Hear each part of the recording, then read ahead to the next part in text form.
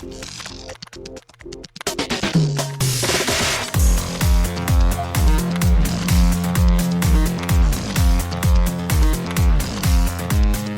and welcome to Too Fast, Too Forever. There's all kinds of family, we chose this one. This is episode 98, The Fate of the Furious, Lap 6. I'm Joey Lewandowski. I'm Joe too, and this episode is brought to you by Chevrolet, specifically the Chevrolet Fleet Line. The Fleet Line was introduced late in the 1941 model year as a four-door sedan. Then in 1942, a fastback two-door Aero sedan was also offered. Shout out Chevrolet. Shout out Chevrolet. Well, after the break, we will have a great guest on to talk about the fate of the Furious. But Joe, before we get to him, before we get to the movie, extracurricular activities, what have you been up to since we recorded Ronin on Sunday? I forgot something that I left off, last time. Okay. And I was disappointed that we didn't talk about it, so I want to talk about it here. Pretty much I haven't been up to anything serious besides watching some things. And one of the things I watched was a recommendation from you, which I loved and I didn't get to talk about, which was The Apple. Oh, yes.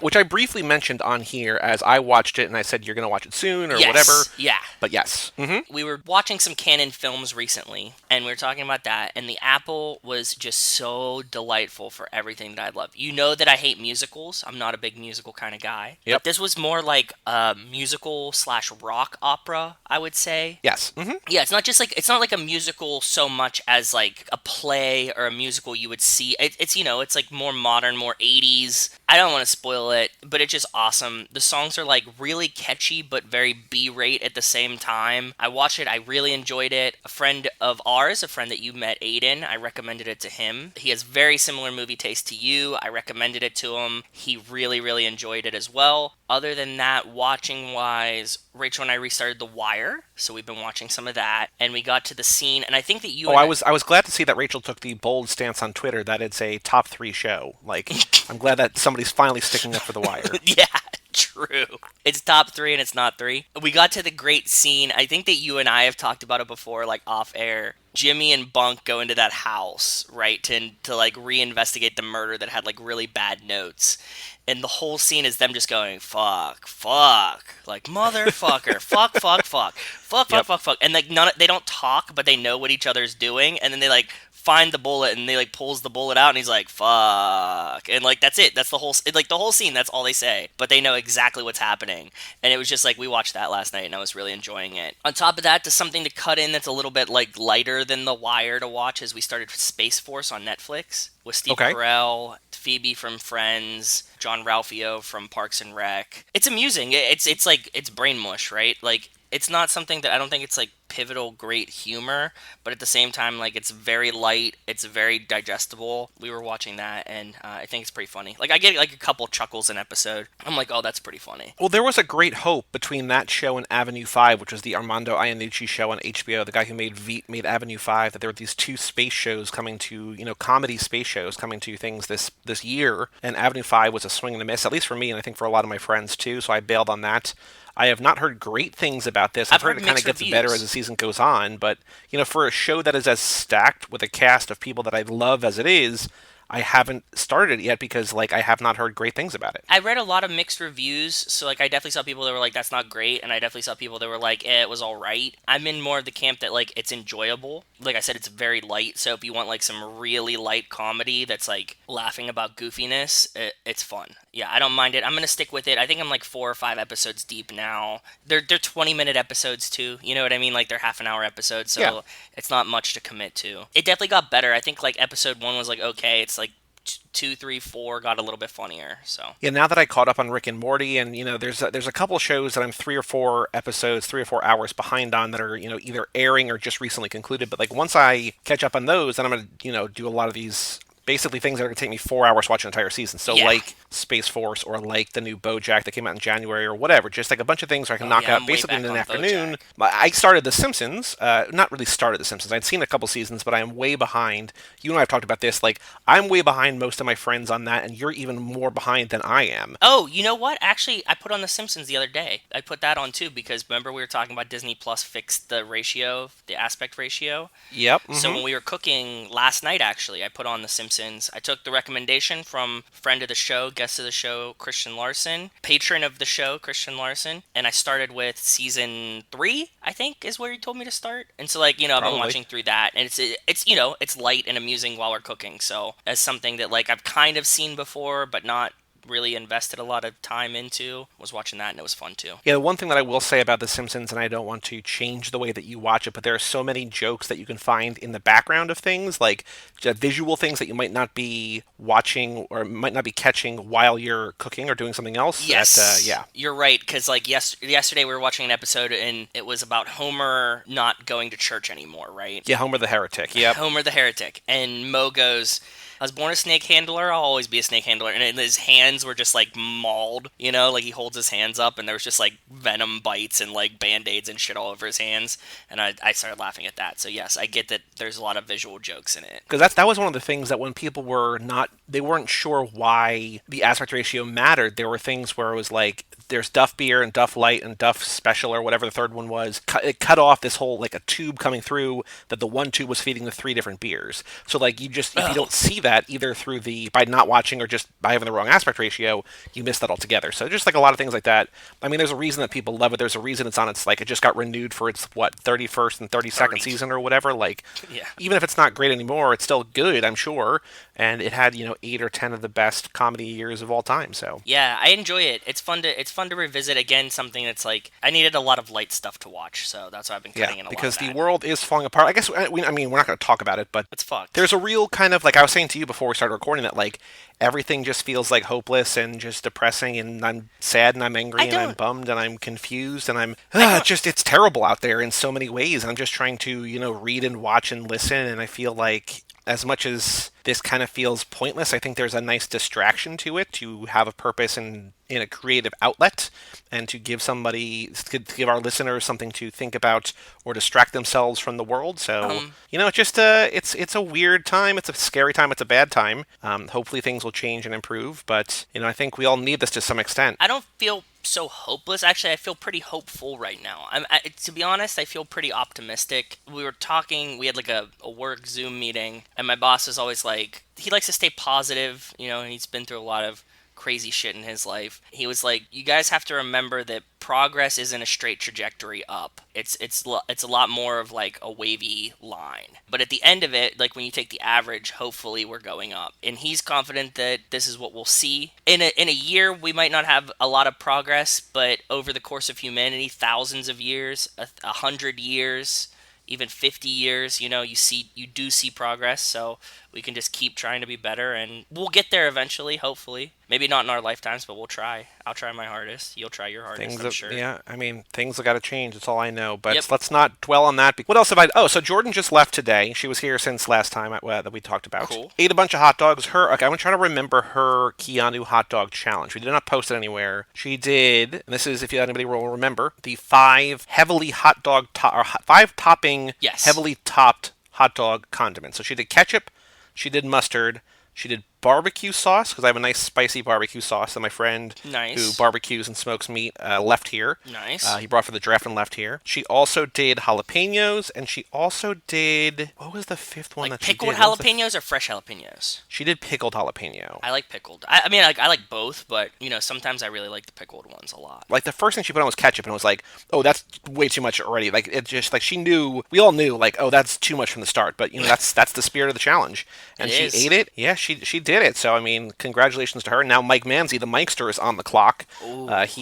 He sent us a picture of his toppings. I don't know, as far as I know, he hasn't done it yet, but he's next in line to do the Keanu hot dog challenge. Nice. So we ate a lot of hot dogs. We watched a bunch of stuff. Let's see here. So I've been catching up on things that, like, I've never seen that feel like kind of big glaring omissions, and all of them are great, really. Like what? So I watched Friday for the first time, which is great. Oh, nice. I watched Rush Hour for the first time. It's great. Oh, nice. I watched The Fifth Element for the first time. It's great. Damn, I watched The Fifth Beverly Hills Element Cop too? for the first time. It's great. So all of those. What was the last one? Sorry. Beverly Hills Cop. Oh yeah, damn. Okay, yeah, good job, bud. So all those are movies that most people have probably seen. Yeah, Everybody knows what they're about, but I was just like, I finally am making progress on like lists of things to watch, and I can sort of, not that I ever couldn't, but you know the way my brain works, and like now I can sort of pick and choose a little bit more, and I'm like, these are ones that I just want to watch. And so weirdly, I mean, it was just kind of like a Chris Tucker binge that like when I yeah. watched Friday, and then we were talking about Chris Tucker because I don't remember why. And Jordan's like, oh, I want to watch The Fifth Element. And I was like, okay, let's just keep it going. I watched Rush Hour, and then with Jackie Chan and Police Story. So I watched like 2 Jackie Chan movies and 3 Chris Tucker movies, Yep. and Beverly Hills Cop. At least in my brain, the trilogy of Beverly Hills Cop and the trilogy of Rush Hour. I think they're completely different, and they're different time periods, but they're similar because they're both like action comedy sort of Yep. from the 80s and 90s.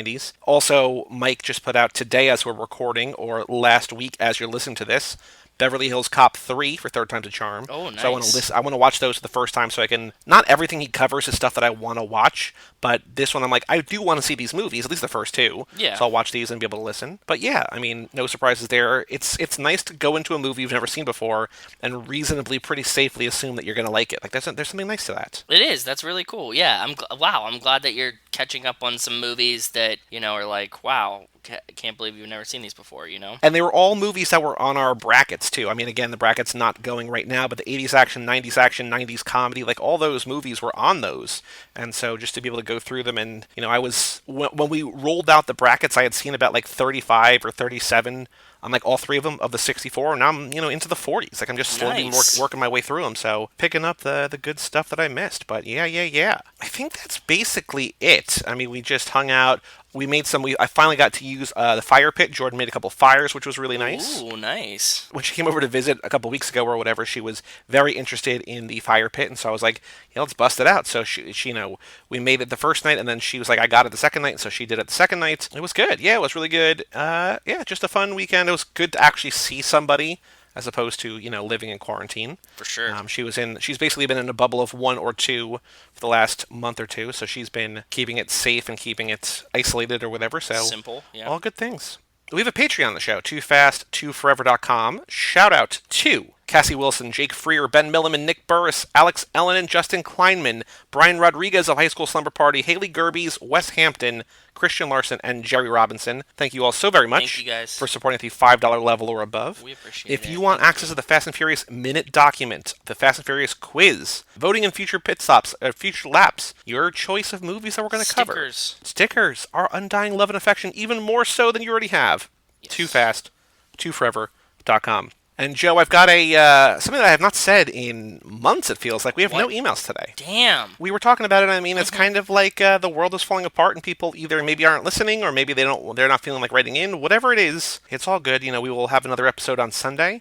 Then we will have our 100th episode And in 2 we got episodes. the motherfucking watch party this Saturday. But that already happened as they're listening to this. Yeah, but still. Please email family@cageclub.me, even if you're just bummed or sad or hopeless or hopeful or whatever. Even if it's something you don't want family@cageclub.me. us to read. You know that. You can always be like, hey, just saying hi. On the streets, Joe, is there any Fast and Furious news that you have seen since we recorded on Sunday? No, not at all. Neither have I. As far as I know, no new news there. We'll have new news sooner or later. I mean, I feel like as the video game gets closer, maybe when the video game drops, they'll drop another trailer. Like, I feel like we had such momentum, right? Like, we had the new one. did. We had a slightly different Super Bowl commercial. Like, it was like 2 different things over the span of 2 or 3 days. Corona happened, and here we are 4 months later.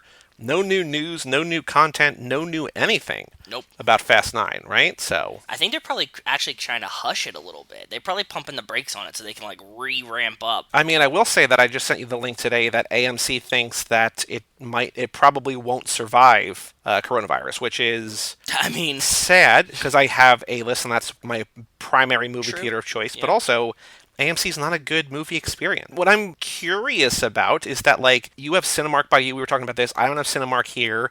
There's Regal by me, but they're like 35 minutes away or more. There's none really by me. somebody's gonna buy them out. They're gonna take the theater spots, right? Like you already have cameras, you already have seats, it's already built. But who? And like it was I like don't know. it was a money losing venture already. Like who has money to capitalize? I don't know. Maybe like Netflix will buy them all. Maybe we get like a dark horse player, And like Netflix or Amazon buys all the theaters, and they're like, okay, here. I don't know that they need that because they already have direct access to us, right? Like, I don't know what they get from that. I mean, Netflix is buying individual, like they're buying the Egyptian in Los Angeles, so they That's have like an right. event space. Yep. But I don't know that they gain anything from having a footprint of like 4,000 theaters or whatever. I don't know. I don't know. I don't know. I don't know. But Or like anyway, ESPN Disney buys them. possibly. And I they like don't. I run mean, sporting events at them. That's what we really need, dude. You know what? Like instead of like a sports bar, we need to have like social, like turn the movie theaters, rip the fucking seats out, make it like a standing thing, and just play like football games, like Red Zone on the like big screen, and just like do that, like a sports book in Vegas, kind of. I guess so. But like, it's the same thing. Like, are You people don't going need to a want to theater. go? Yeah. You don't need 10 screens of it, right? Like you don't need like 10 different theaters. It'll be interesting. It'll be interesting. It'll be interesting. But Joe, I mean, I can't believe that we're already here, but it's time for the Fast and Furious minute. Minute 65, the first minute in a couple minutes, with some dialogue. A minute I called 36 hours to crack this bastard. Yes, sir. Yeah, I know, but yeah, yes, sir. Yes, I got it.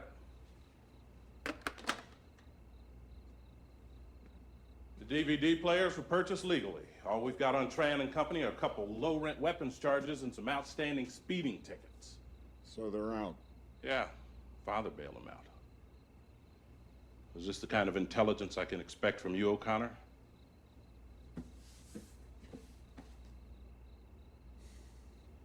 You're gonna put this on me? I can put it on whoever I want to, kid. Perks of the job. No, there's no way you're gonna put this No, on me. wait a minute. Let me tell you. I don't care if you have to put a gun to someone's head and blow your cover to smithereens. You got 36 hours to crack this bastard. Or you might want to be... So in the minute, day turns to night as we return to the LAPD safe house. I wanted to say, like, this is now the third or fourth time we've seen this, Yep. and I never noticed it before we started going through the minutes. Like, I mean, like, you know, you notice it, but not like how many times they do this in the film. They do it a bunch of times. Because we see it at the parking lot. We just saw one like earlier.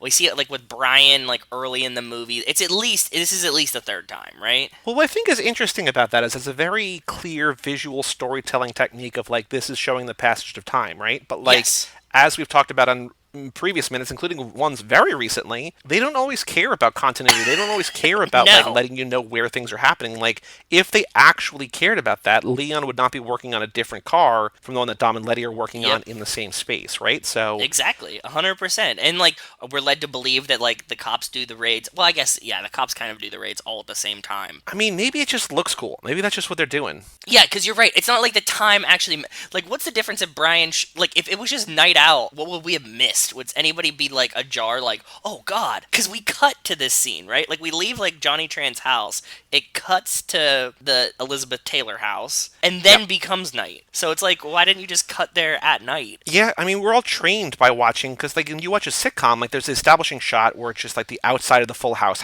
or whatever, right? And just Yes. like, okay, now we're here. Like we're not at wherever we were, now we're here again. Like we're not at Wake Up San Francisco. We're a Full House podcast now, but like we're just here now. We're just like, okay, yeah, I get where we're going. We're reestablishing or whatever. It's now, it was day and now it's night. Like, you just show the Elizabeth Taylor house. You show it at night. You're like, okay, cool. Like we don't need. I mean, it looks Boom. cool. Yeah. But day turns to night again. As we return to the LAPD safe house, Brian walks into the house alone. Brian and Tanner sit together, depressed, as Bilkins finishes up a phone call. Bilkins tells Brian and Tanner that all of Tran's DVD players were purchased legally, and that he and Lance have been bailed out by Tran's father. Bilkins blames Brian. Brian gets defensive. Bilkins gives Brian an ultimatum. Yes. I want to point out, What? one of the last pieces of dialogue that we heard was when Tanner calls Brian. Tanner says on the phone, the hijackers have hit again. Bilkins made his decision. We're going to move on Johnny Tran and his guys at 1700 hours unless you say otherwise. If you agree, just say yes. So I would say that the Tran takedown was Bilkins' decision, maybe based on Brian's evidence, Yes. but it's Bilkins' decision. So when he's saying, is this the kind of intelligence I can expect from you, O'Connor? I can put it on whoever I want, kid, perks of the job.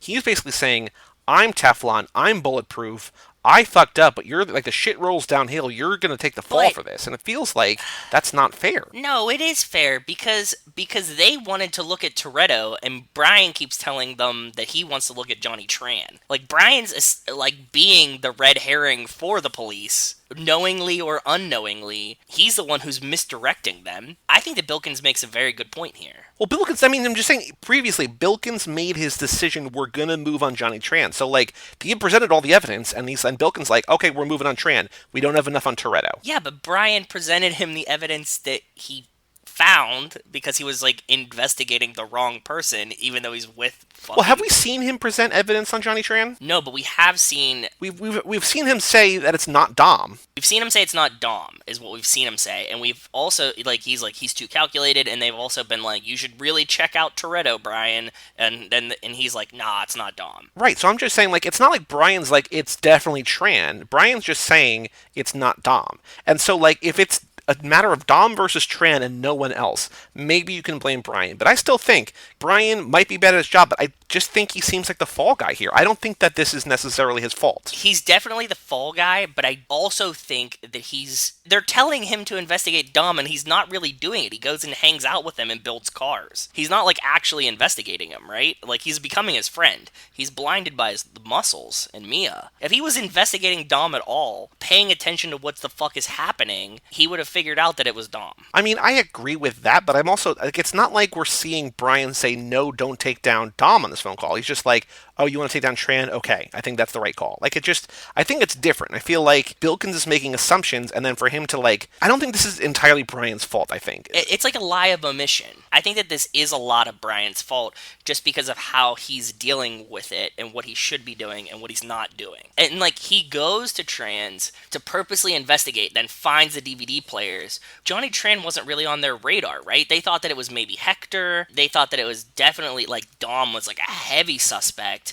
And then Brian goes to Johnny Tran's to break in to find DVD players and, like, leads them to Johnny Tran. Bilkins saying, like, I'm big dicking it here, like, I'm not gonna get in trouble for this, I'm blaming you. I don't think he has the right to, like, blame Brian, because you're right, he does make the final call, like, we're gonna go investigate Tran, but I think that he only got there because of what Brian fed to him. Sure. I just think that it's, like, crazy to think or to see or to hear that 2 minutes ago, literally 2 minutes ago in the movie, they're like, this is Bilkins' decision. Then we see Bilkins, like, saying, you fucked up, which is like, yeah, maybe, but it's just like, hey, remember when this was your decision to take these people down? Shit rolls downhill. It's true. I know.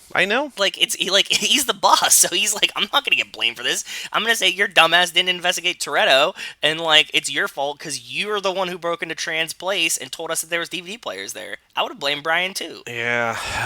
It's not good. The way he says it, the way he presents it's mean, because he's like, I know that you can't, like, I'm not gonna get in trouble for this, as opposed to him being like, why were you fucking around? Like, this was shitty information. It's the presentation I have a problem with. But we also know that in 6 or 7 years movie time, Brian's gonna be a multimillionaire, right? So, you know, who's gonna have the upper hand here anyway? So yeah, but he steals from a criminal. It's fine. Exactly. We've been told it's fine.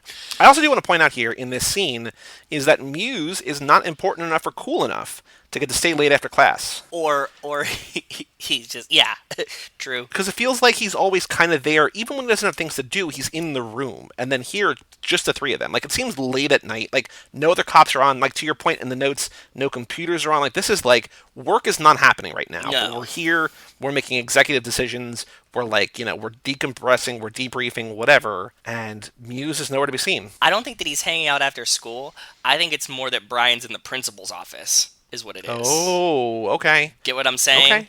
Like, he's like, Brian, come to the house, we have to talk. And now he's like, you're an asshole, I'm going to blame this on you. They were in different clothes, which I made a note of in the document, but I was also wondering if they showed up together or not, because, like, when I first watched the minute, you see a guy, like, sort of a shadowy figure walk up to the house, and I wasn't exactly sure who it was. Then when you see whatever he's wearing, you're like, oh, okay, it was Brian. So, like, yes. Brian comes after the fact, so, like, Tanner and Bilkins are already there. So, like, it is like, hey, Mr. O'Connor, please come down to the principal's office. Yep. Principal Bilkins wants to see you. That's a good point. Yeah, that's what I think it is. I think that they called him in like, hey, we have to talk about this Tran case. And then they're like, the fucking DVD players are clean, you dumbass. Like, you got us in trouble. It's funny to me that Muse is always, like, important enough to be there, but never important enough to actually do anything. And here he's not even there. Or, like, hey, he's there. Like, he's there he goes out with Tanner to quote-unquote arrest Brian, right? Yes. But then when he gets back to the house, they're just like, hey, Muse, get us coffee. And they're just like, fuck, all right, fine.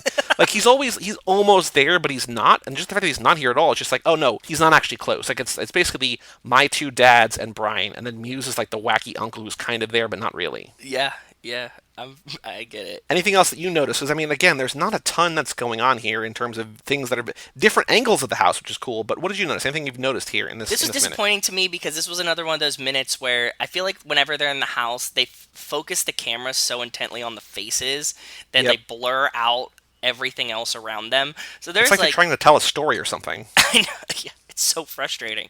But there's like a lot of like post-it notes and shit that like I couldn't read, so I was frustrated. But things I noticed were there's 8 computers, none of them are on. There's the baseball sitting there on the table, and I don't remember if we talked about this before, but it seems like the place where Muse was sitting was Muse holding a baseball in one scene before this. You talked about there was a baseball on somebody's desk. We've talked about that before. Yeah, I don't remember if Muse was like holding it or if I'm remembering like boiler room or maybe like So just looking through the document, we have the truck driver in the minute 3 uses a baseball bat for defense. yes. On Muse's desk, there's a Wilson brand Chargers football as well as a baseball on a stand. Okay, cool. So it's the same baseball on a stand. So he's not holding it, but we've seen it on his desk before. So yeah, that's definitely where Muse is sitting. I started to notice all these little bottles around, and it looks like they have Purell all over the place. Purell all over the place. Hand sanitizer all over the place. Is that your way of describing the house? Like just whose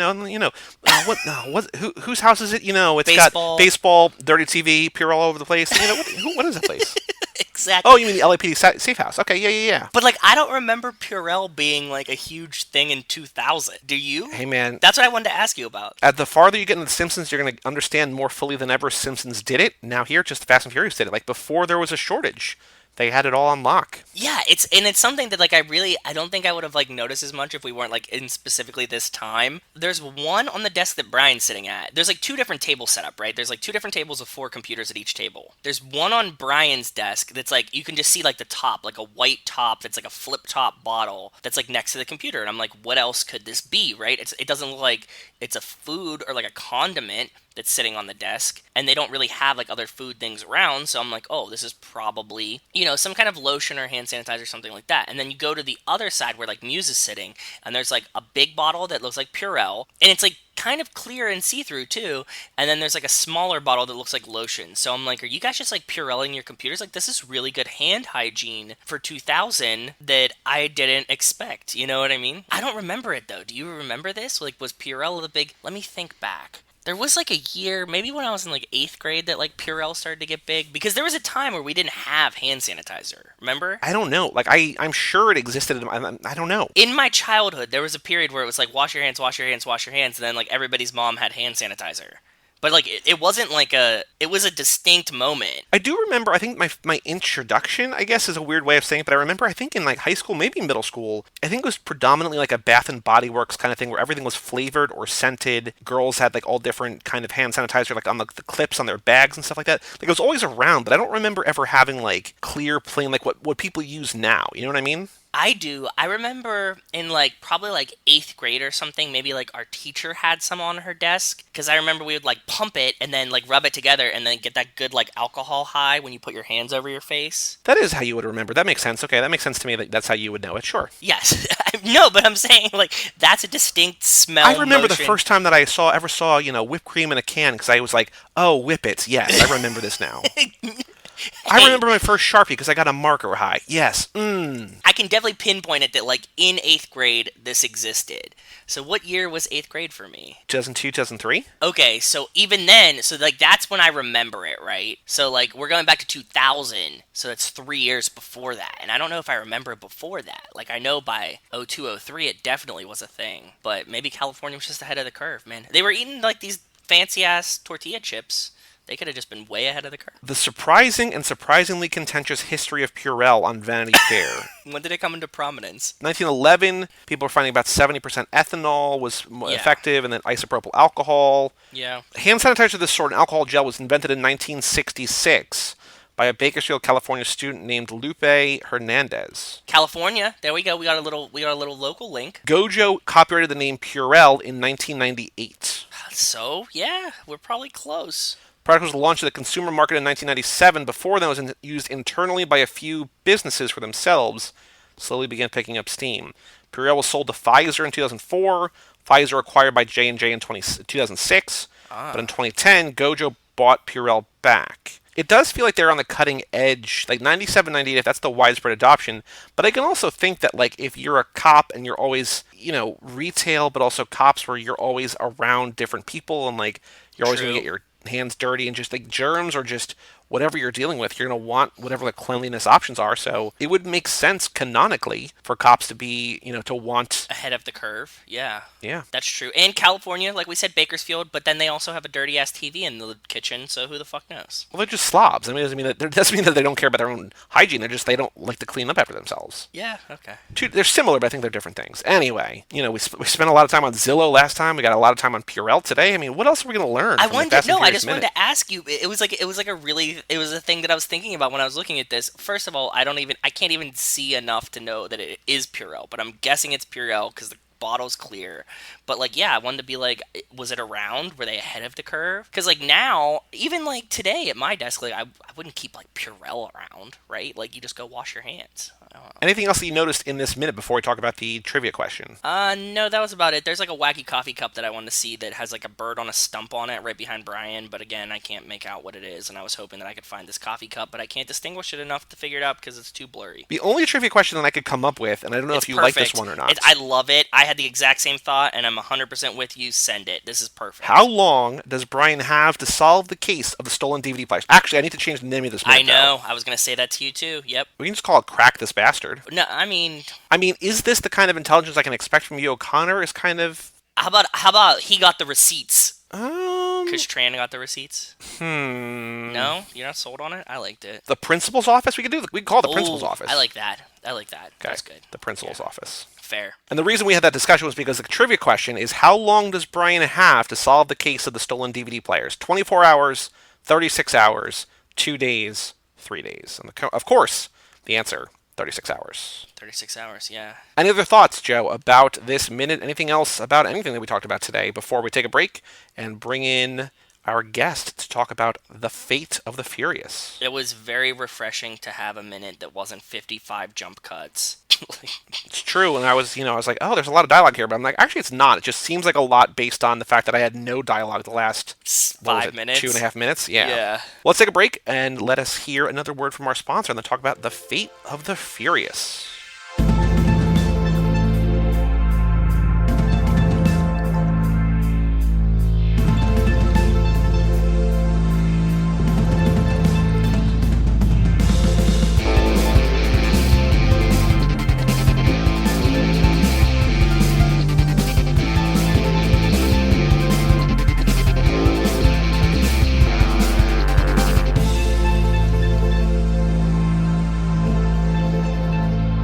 Welcome back to Too Fast, Too Forever. This is episode number 98, The Fate of the Furious. This episode is brought to you by Chevrolet. A redesigned fleet line with reduced body contour and integrated rear fenders was offered for the 1949 through 1952 model years. It was referred to as the Fastback because of its distinct sloping roof, which extends through the trunk to the lid. Thank you, Chevrolet. Thank you, Chevrolet. And with us tonight, is there a Chevrolet in Fate? Oh, yeah, the early. We talked about this when we did the intro. I am Cuba? so thrown Yeah. off. The split night record, I am unable to keep up in my head. Plus, we changed the format. We'll talk about that next episode. But I am thrown askew by the sponsor here. But thank you, Chevrolet, with us tonight, to talk about the fate of the Furious. We have a friend, Joe. I don't know if you remember, What? but he is, I believe, a friend. Friend might be too strong a word. I don't know. He has Family? worked with a past guest. He's family for sure. This man is an actor. He is a writer. He is a podcaster. He has acted alongside past guest Chris Malika in a film called Family Obligations. This guy, our guest, is also in the film. So here, I'm going to keep building it up before I say who it is. But he's Don't in a say film. it. Remember, an episode or two ago, Joe, I was talking about the movie The Vast of Night, which is that Yes, new you low-budget, were. micro-budget Prime or movie on Prime. Our guest is also in a movie that gave me very similar vibes to that. It's like a very small, weird movie, tight-knit cast, very creepy vibe, called The Horror at Gallery K, also available on Prime if you want to watch that. He's a writer for Sci-Fi Wire. We have with us tonight, to talk about The Fate of the Furious, Brian Silliman. Hello, Brian. Hello. Welcome, brother. Okay, Buster, let's see if this works. Oh, ho, ho, ho, ho. I hope that weird rambly introduction was mostly accurate. Maybe it's not. I don't know. No, it's definitely accurate. Yeah, Chris is one of my best friends. We met in college, and we my life has been just, I cannot be rid of him, no matter how much I try. I pop up briefly in his in Family Obligations, but if you want to see us really smack each other a la Hobbs and Shaw sometimes do, you can also check out The Mix on Amazon Prime. Perfect. Where Wonderful. I'm not sure which one I am, but I'm definitely the antagonist. And, and I spend a lot of it tied to a chair, and we hit each other. It's fun. Cool. Well, we're going to find out very shortly because we are going to do some interview questions. But before we get there, we need to first establish your credentials. So I'm assuming, and I think based on our conversation we had before, you have seen all 9 movies. Is that correct? I have, sir. Which of the 9, I guess, what was the first one you saw, and how many of them have you seen in theaters? The first one I saw was the very first one. How'd you see it? I saw it at home. Oh, okay. Over. I'm gonna be honest Stolen cable? Here. Yeah, I paid for it. I definitely paid. Well, I'll put it this way: somebody paid for it.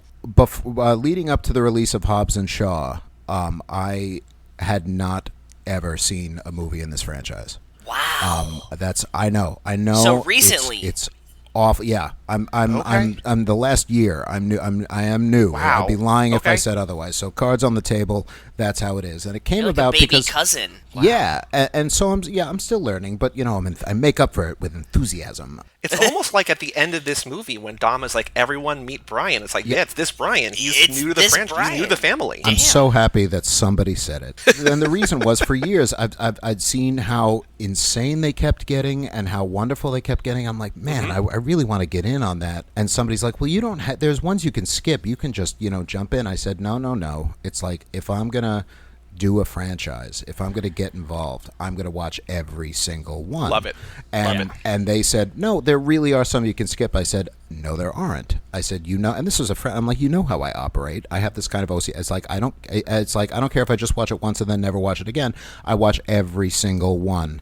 And this is one of those instances. And for some reason, for the longest time, they just weren't all in one place. Some of them were on Netflix, but the first one wasn't easy to find for a while. Wow. And there were, once I started working for Cipher, there was a lot of other franchises that I don't know that I was working on. So when Hobbs and Shaw came out, my editor at the time gave me a special task. When he always had a silly idea for an article, he'd come to me and he wanted me to go through each movie and rank the stunt in that movie and how long I would last before I would die. He's like, how long would you last doing pick a stunt, pick a big action scene from each movie and say how long would you last? Love it. Now, I don't last, I think the highest one that I lasted was like barely a second. It's like, and then it's like the final one is like, this stunt takes me back in time, kills my grandfather, and then it's like I never existed in the first place. Like, that was the level of silliness this got. But to do it, I was like, look, I have to tell you, I've never seen a single one of these movies. He's like, okay, well, get on that. And so I bit the bullet. At that time, they had this is a riveting story, I'm sure, but they were having a big, awesome. a digital deal. They were having buy all 8 movies for just an outrageous price. I said, screw it, let's do it. And I just bought the entire series, and I watched every single one over the course of a few nights. And it was wonderful, and then I wrote the article, and I just had such a wonderful time. And then I ended up, for whatever reason, I'm like, oh, this is great. I'll be able to see Hobbs and Shaw in the theater, because they played that trailer over and over with every movie. I'm like, this looks good. And I'm like, and I love these guys. I'm like, I kind of want to watch the whole franchise just so I can watch this. I missed it in the theater because there was so much going on that summer, and I ended up watching that, I think, on HBO. But I've seen that quite a few times now. Some of these I've seen more than others now. Some of them I will throw if I'm going to throw one on, and sometimes I imagine you guys know this all too well. Sometimes when you're just in the mood for one of these movies, sure, there's nothing else quite like them. So it's when you have a particular itch, except no substitutes. So it's there are some that I've seen maybe just twice. There are others I've seen multiple times. It's always an enjoyable ride. I love it. didn't mean to phrase it that way, but it's an enjoyable ride. That's perfect. We love the puns, so just keep them coming. If you can throw one in, just let us know. No problem. I'll keep revving We got them up. nothing but time. So I want to find out later this episode what the stunt you chose in this movie. I don't want to know it yet, but I want to know later what stunt from this movie you wrote about. But first, the hard thing, the homework, we talked about this already. Right. Your rankings of the 8 or the 9, depending if you want to do Hobbs and Shaw or not, because some people do, some people don't. Right. Your rankings, either from favorite to least favorite or least favorite to favorite, either top down, bottom up. What are your rankings of these movies? Well, I'll start by saying we were talking about this a little bit before. I don't dislike any of them. I'll say that. Exactly. It's like I don't find any of them, it's like, oh, I can't watch that. I'll never watch it again. There's something to like in every single one of these. So just because one is ranked at the bottom does not mean that I hate it. I'd rather say it's like, it's not my favorite. There's still some good things in it. Would I watch every other movie in the franchise first? Yeah, but that's just personal taste. So I don't dislike any of them. I'm not going to throw in Hobbs and Shaw. Not only do I have a weakness for The Rock, I have a huge weakness for Statham. And I have who doesn't? I have a huge weakness for Shaw, the entire Shaw family. I'm a sucker for anything Statham, and you put the two of them together, and it's just, ultimately, it's not fair. It's not fair to the other movies. So it would and be for me, high. It would be high. Yeah, Oh, it wouldn't be. okay. It wouldn't be at the top, but it would be high. And also, I mean, I love Idris Elba, and I love Vanessa Kirby. It doesn't, for me, it's a different than a regular Fast and the Furious movie. It gives me different things. If I'm going to watch a Fast and the Furious movie, I don't know if I should or not. I kind of don't, that feels separate to me. So Okay. even though not all of these have Dom Toretto in it, it's unless he's there and the word family's dropped every other line, there's, it feels like a different franchise. But I'll just say I get love it. Hobbs I and get it. Shaw, but it's a stacked deck there because, Okay. I mean, for whatever reason, Statham just hits those buttons. by the way, you're a little alone on that island. Not for us. I was looking back on our rankings, and somebody has it at 1, but that was Nicole Sweeney, who's only seen 2 movies. She saw the one that we watched for this lap, and That's she right. saw Hobbs and Shaw, and she liked that one more than the first one. Kara, if you'll remember, Kara put it second, and Mike put it third. So he's not truly alone, but it's a real wild card. I think It a lot is. of people, our last few guests have that last. They just don't they agree that it's different, but they don't like that it's different. Yeah, I mean it's different. I mean, but that doesn't mean that it isn't so much fun. Right. That's what we said when I ranked it. I did a ranking based on the fun of the Fast and the Furious movies, and that's way high on the fun factor for me. Yeah. It's just everything that you want. It's just enjoyable. It's a lot of fan service. I like it. So. Oh, absolutely. And I love fan service, and I'm somebody I'm a fan. I like to be serviced. Yeah. So bring it on. Exactly. And so I think I think I just need a little more time with it, even though that sounds ridiculous because, as I said, I've had a little over a year with these movies, so I need more time with just that one. But that's the one I've seen. If we're going on fun factor, I don't know. So that's why I'm just going to hit pause for that. But going from top to bottom, I got 2 that are tied for and again, I have Hit us. no idea how this is going to sound in reaction to the greater fandom community. Who knows? But I got we a got tie. ranking percentages, so Yeah, we know it. We've been tracking. I got a tie for number 1 for me. It's between, for me, tie for number 1 is 7 and 8. Wow. 7 and 8. So I will say, here's a little bit of a game. This is a game changer. It's a game changer, Brian, because before you, we have rankings from 44 people, okay? Mm-hmm. Yeah. No one had put 8 above number 4 on their list. Really? No Yeah. one of the 43 people before, you're now 44, had put it above number 4. You come in here, put it at 1.5, and it's like, Yeah, 1.5. whoa. I'm gonna cause a little chaos on this whole list here because love it. 4 is nowhere in sight. Okay. Am I nuts? Oh, I'm crazy. I'm absolutely crazy. Make no crazy. mistake. And again, I'm not saying that I'm right. I'm just saying that this is just how I feel. It's like There is no right. There is yeah, no exactly. wrong. There's It's no right. okay. This is just. It's like, so. Feel free to disagree. It's like 7. Just for I love how they honored Paul Walker. Yeah. I thought that was really powerful. I loved. I mean, honestly, the flexing the cast off. I mean, that's probably Yeah. something heard all around. But that moment alone, I'm like, that is just a gold nugget, as well as everything else. I'm just a fan. And 8, the movie that we're going to talk about, we'll talk about why that's just kind of... Of course, yes, please. That movie just makes me feel things. And then in number 2, I have Fast 5. Okay. Which for me, in watching them all in a row, I'm like, that's when the lunacy started, and that's what I was waiting for. Yes. I'm like, Yep. This is when this franchise decided we're going to go as big and as weird as we want. I find that, and we'll probably get into this later, but it's like with a lot of other franchises, say like Die Hard or Bond, when they start going nuts, you start taking Bond to space, and you start, John McClane becomes pretty much a superhero.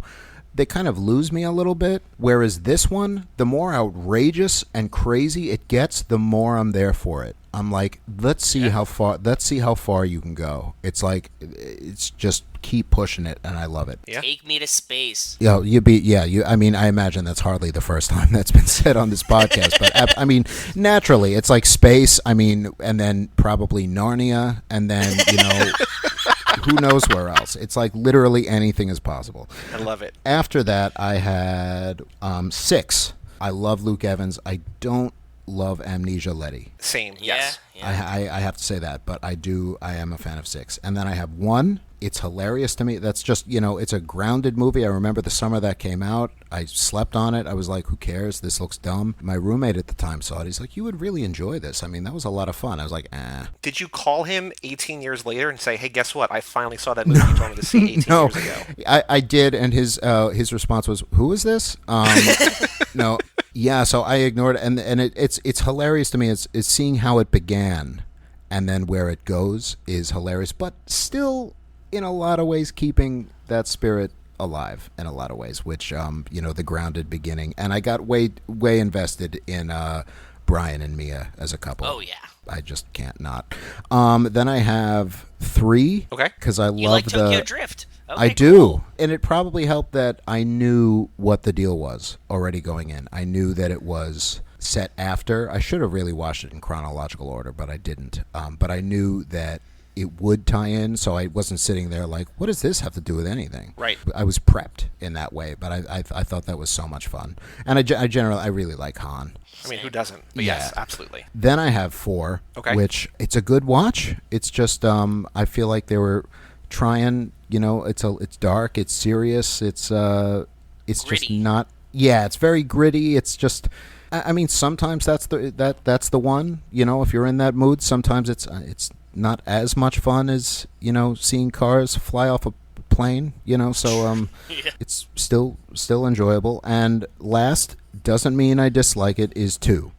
Yep. It's, a fun time, but I feel like it's stuck in this place between being grounded and wanting to commit more to the insanity. But the main thing that I love about that movie is that it brings in Roman and Tej, and then the franchise keeps them along. And I love that they don't dispense with characters they add, or even villains. They just keep adding, and villains then become part of the family, and then they just keep adding this insane cast of recurring characters that are now just in every movie. I love that they do that. So that's and there's some great scenes in that movie. It's just, if I'm going to pop one on, that's not the one. And the titles are just, it's like they're like, okay, how are we going to outdo Lucky Number 11 here? Let's try every single one. love It's that like to movie do too. it. And this one is like Too Fast, Too Furious. I was like, really? And then they just give up. What's the new one called? Just like F9? Well, so we don't know because Nobody knows what the There's title 4 different is. titles Yeah, between it's the yeah. It just says F9, and they put Toretto's Cross. It's like, yet everybody knows what it is. So I'm like, you don't even need to title this. It's like, but what is it going to be called? Oh, It's- you should do you're saying do a Prince, like the artist formerly known as Prince, but just the name of the movie is the cross. Yeah, it's just like at some point it's just going to be like a Roman numeral with a number, and Just everyone's 10. just going to know. It's like, Just oh, I X. wonder. Oh, that's a great idea. Like the Super Bowl. Like we don't even have to fucking name it. Just number it. We had a movie literally called the Emoji Movie, but we've never had a movie named an emoji. Yeah. I wonder. dude, you want to go see 38? Yeah, I want to see 38. It's like, oh, what's 38? Oh, you dumb fuck. It's Fast and Furious 38. What do you not know? Yeah, well, I'm behind. Who invited this thing? Get out of here, asshole. And so it's, yeah, it'll get to that point where it's like, oh, they go to space in this one? No, they're going back back to space in this one. It's time the travel fourth- back to fourth space. time. They've Yes. been many times, and yes, Charlize Theron's going to hijack another spaceship. So get ready. Here's what I'll say about your rankings, okay? Because I think you were a little bit worried in terms of if you'd be a wild card or not. Yeah. I would say if you take Fate out of it, because Fate is already admittedly insane. Like, it's not in a bad way, just like in a totally unexpected, this is not where I thought you were going. Everything else pretty much falls in line. I think you're kind of consistent with us. You're kind of consistent with the overall consensus. I think, the last 7 people we've had have had Too Fast at 7 or 8. Two, So, yeah, like, 2 is always low, and nobody doesn't like it. It's just that right. it's just It's lower. 7 for you and me too. Like you and I both have it at 7 as well. Like we just we love it. It's just Yeah. not as good as others. It's in I the think. family. And I appreciate it. It's just not my favorite. And it's fun. Like It's so much sometimes fun. if I just want a fun movie and Too Fast is on TNT, I turn Too Fast on. I want to see Tyrese, with his ankle bracelet doing a demolition derby a little bit. I do, but it doesn't mean that it's better than the rest, but it's not bad. Well, that's an excellent point. You bring up the issue of, well, if you're flipping around and one of these is on, there's none of these that if this is on, I'm going to turn it off. Exactly. Any one of these comes on any channel I'm flipping around, it's like, we're staying there for a little bit. It's like, okay, where are we? What's going to happen? Some of them are, okay, this is, whether you like it or not, welcome to the rest of the night. Some of them are, if it's with 2, if it's close to when all of the race cars come out of the factory, all the street racers come out at the same time. Yeah, I the love hangar, yeah. that. Yeah, I love that scene. So if we're close to that and I'm flipping around, it's like, oh, well, obviously we're staying with this, I say to nobody because, normally I'm just, watching, late at night by myself. But anyway, none of these are skips. If you're flipping around and these come on, it's like, well, we're going to be watching at least some of this, and that usually translates to the entire rest of it. I was just this morning looking through the HBO Max movies to see like what's on there because I feel like I had seen a lot of lists of like these classic movies are on there and these weird movies are on there and these are the originals and these are the HBO movies. So I was like, I just want to see what's on there because there's a lot, but there's not like an overwhelming amount. Like you can scroll through it in a couple minutes. The Fast Five and Hobbs and Shaw are both on there. So if you want a really fun one and some would argue the best one and our favorite, like they're both on there. So if you need that fix, they're always there for you at HBO. Before they transitioned to HBO Max, they had Hobbs and Shaw for a while. Yeah. So they've just a lot of the ones on there are movies that HBO has just had for a while. It's I don't know how I did because they're not on Roku. I did find a way to get through to HBO Max. They're not doing themselves any favors. Now that we've gotten your rankings, it's time to do some either or questions. There's no wrong answers. Okay.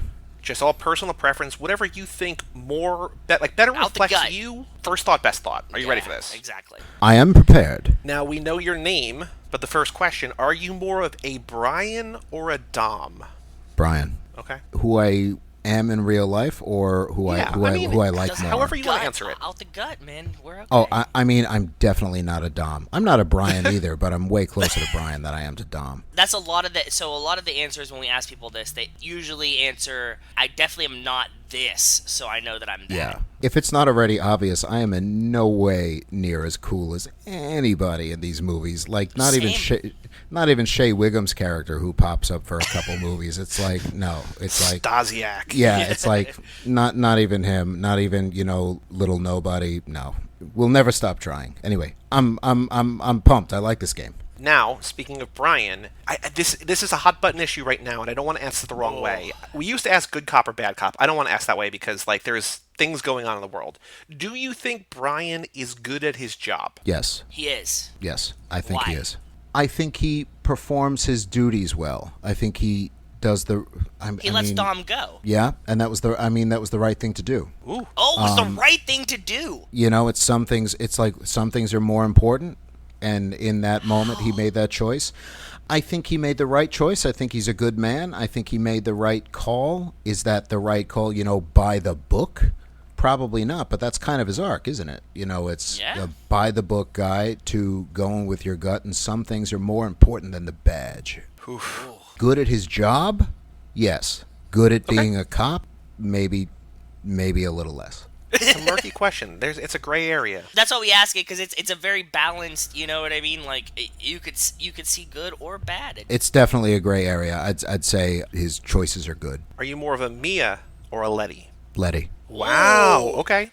So you're not a Dom, but you are a Letty. That's interesting. I That's mean, well, interesting. I'll say that Letty's probably right up there with favorite characters, and I'll say that Okay. that is purely because Michelle Rodriguez really gets my heart beating. Oh yeah. There are crushes all over this franchise. I mean, Sure. if you can believe it. But and I mean, Mia's also a tough one to beat. But I'm like, something about Brian and Mia together, I just love, and I'm like, that's such a great story. But something every time Michelle Rodriguez pops up on screen, I'm like, okay, let's keep it together. Let's keep it together. And that's her in every single movie. I just have a Michelle Rodriguez thing. So I get it. I get it. yeah. We mentioned this, or we talked about this movie a fair amount earlier. You like that they introduced them. Are you more of a Roman or a Tej? Tej. Wow. Okay. Cool. Yeah. Yeah, I'm a big Tej fan. I like Roman too, but I love Tej. Yeah. Are you more of a Hobbs or a Shaw? I know you said you're not really quite either before. Maybe you're some version of that, but are you more a Hobbs or a Shaw? If I'm either one of them, and again, no, I'm neither one, but I'm totally a Shaw.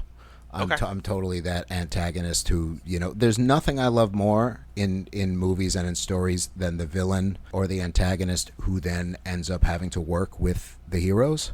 Wow. And this okay. franchise does it a lot. And sure that is do. probably every time, and I love it. I love it. That's a big part of why I'm so hung up on Fate, because they have not just Shaw, but the Shaw brothers rescuing Dom's son, and we'll get to who their mother is in a little bit. But come on, and again, it ties into my Statham thing. He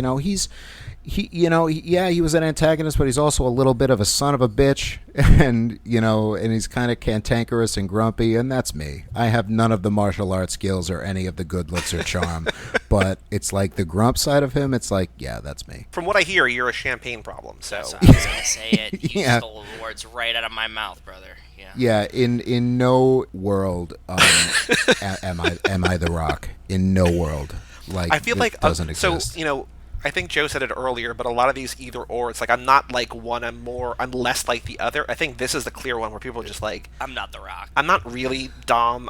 I'm not really Brian. I'm not, but I'm more. It's like this. I'm like, there's no part of me that's the Rock. I can't that's see not how Hobbs. I mean, the Rock is a cherished work of art that is like the new Michelangelo's David. I mean, Yeah. there's no way any human being can measure up. It's just forget it. It's thank you, The Rock, for setting an impossible standard. Thank you, Dwayne Johnson. All right. Are you more a fan of American Muscle or imports? American Muscle. Cool. No. I mean, I You love had two in a both, row, Joe. You had but- two in a row. That just came from the heart. That's just what You're on the came right out. side of history. It's I okay. wasn't You're thinking. fine. Yeah. Are you more a fan of Corona or Belgian ale? Corona. I feel like with this I mean, I feel like it's disrespectful as to where this franchise began to say anything else. We're pulling a job. The three of us are pulling a job. Are you out in the field? Are you a racer? Or are you back at HQ? Are you a designer? Are you the man in the chair? Are you a racer or a designer? I'm the man in the chair. Cool. I'm definitely am. That's kind of when I was thinking about one of my dream, and this isn't never going to happen, but to be the villain in one of these movies, the villain behind the screen watching it all happen and screaming at the incompetence of others, and it's like the one that says things like, how are they doing this? Or it's like, this Toretto can't be stopped. Stuff like that. It's like to deliver lines like Wow. that. We've It's never like, had that answer, like the flip of being the man in the chair, but the villain in the Yeah, chair. I mean, based on this half an hour alone, I could see you on Cipher's plane, just like, Oh. as Same, her right-hand yeah. man, just like, I can't believe what they're doing. yeah, it's like, how are they getting away with this? It's like, don't worry, we will get to the bottom of it. It's like, I'm not Tormund Giantsbane, so I'm not going to be out in the field going one-to-one with Dom. Right. They'll turn me, and then I'll go to jail, and then they'll need me for something, and then I'm part of the good guys team for the next 25 movies. That's what happens. You're a black hat hacker that becomes a white hat. I get yeah, it. yeah, It that's makes the perfect sense. perfect role. And I'll be Okay. living off those checks for the rest of my life. Yes. Okay. Now, that's cool. I get that you're the man in the chair, but we need help. We need you to come out. We need you to distract the Oh, room. that's my favorite We need you to question. sing a song karaoke style. Okay. What song are you singing? Cabaret, Oh, okay. Oh, from Cabaret. Yeah. Perfect. we get so many answers, and every one of them surprises me in a wonderful, beautiful way. I mean, I can pull a show tune out of my hat like nothing. So it's like, if this is a last minute, quick, shut up and sing, it's like, you're gonna get. It's a show tune is what you're gonna It's get. perfect. No, we've had the whole gambit. Like modern, classics, everything. Show tunes? I don't think we've had show tunes yet, Joey. And it'll be distracting because people will be blown away at how good it is. Wow. Like, wow, this is this is happening over here. Yeah, but listen to this. Oh my God, they're stealing your truck, sir. No, I don't care. Listen. I don't think that we have not had show tunes. I think the closest thing, and it's not that at all. I mean, your wife Rachel said Bohemian Rhapsody, which That's is not a true. show tune, but it's operatic in that Oh way. yeah, that's Like, I mean, who's gonna not stop what they're doing and join in with that? Exactly. That's a Yeah, good you're gonna call. get the whole crowd. Yeah, exactly. Yeah. I get it. Yeah. That's a much more communal experience. That's a good call. So now, thanks to your impeccable pipes, we're successful. Excellent. We finish the job. We succeed. We go to Rio. We go to Vegas. We go to Atlantic City. We go to Monaco. We go wherever. Abu Dhabi. We go to the roulette table. Are you putting it all on black? Or are you putting it all on red? Put it all on black. Yeah. Any reason why? Nope. Cool. Nice. Yeah. Instinct. 2 questions that are similar, kind of. One safer, one more dangerous.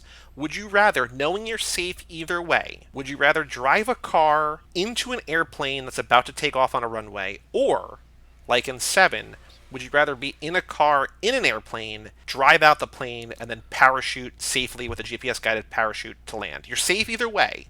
Which thrill do you want more? Into a plane, out of a plane? Oh, they're both, especially given that you're safe either way. They're both Yeah. kind of Yeah. fantasies, aren't they? I'm tempted to go with the second one, but there's just something. This ties back to, I don't know what this weird supervillainy fixation I have is. I think it all goes back to Lex Luthor somehow, who's a terrible guy, but I mean, he's not a role model or anything, but I just love to play a character like that. There's something about, and it happens in Fate of the Furious, the driving fast and just go right into a plane that scoops you up, and that's part of the escape. Yep. There's something just so effortlessly cool about that. Especially if, like in this movie, where you're Dom and you have like a garage door opener for the bottom of the plane, like that's even cooler. It's weirder, but it's even cooler. It's just total badass. I mean, it's one step away. It's like, yeah, if one of those giant magnet helicopters from like Grand Theft Auto came and then picked you up and sailed you away, that would be cool too. But I'm gonna, just for the cool factor of it being part of an escape alone, I'm gonna have to go with the first one. But if we can bargain a little bit, I'm gonna try and find a way to make the other one happen too.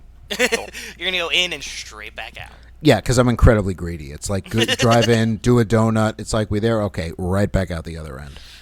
So now, Brian, I've got some bad news. The next stunt you pull, it's the end. It's you don't survive this one. Would you rather die in a fiery explosion or drown in icy water? Fiery explosion.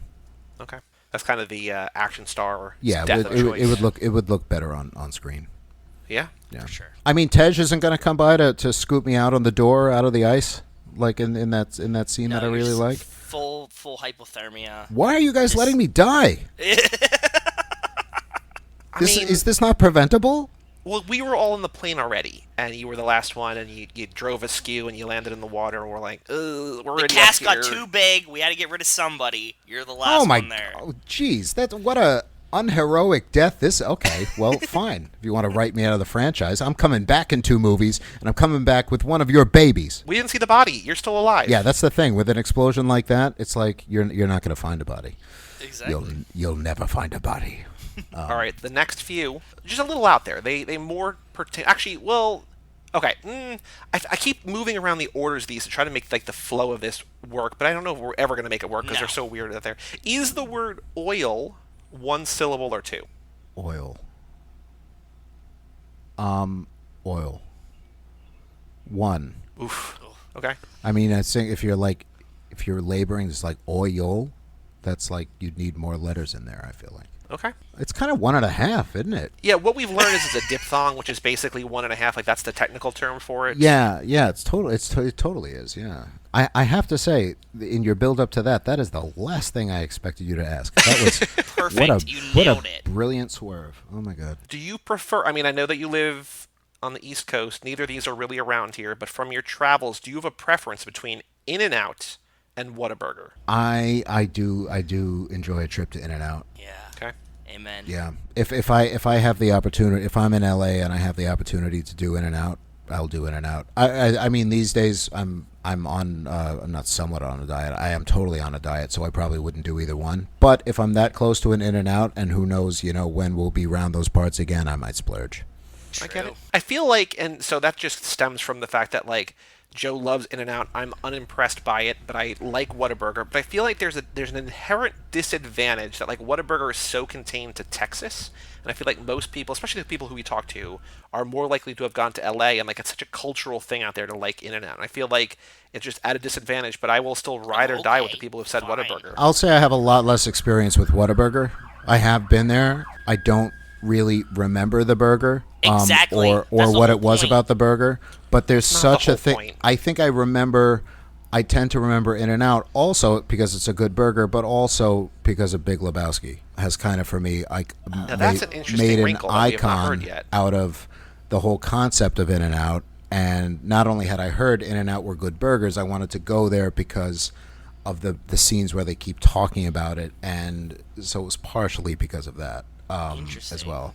So In-N-Out just sticks in my mind, whereas I don't find myself thinking about Whataburger all that much. Never in my life. Yeah, of course. We know your thoughts on Whataburger. You don't need to recite them every episode. What a I will say that if you are in Edinburgh and you go to Lebowski's, get a drink. Do not get the burger. The food is not good there. But like we're like, oh, Lebowski themed bar. Let's go in. The drinks is they have like 40 different types of White Russians. Of course. Oh, We had nice. 4 different ones. They're great. The burgers, the food, not good. But Yeah. if you're in there, stop by, get a drink, and then get somewhere else for food. Next time I'm in Edinburgh, if I'm so lucky. Yeah.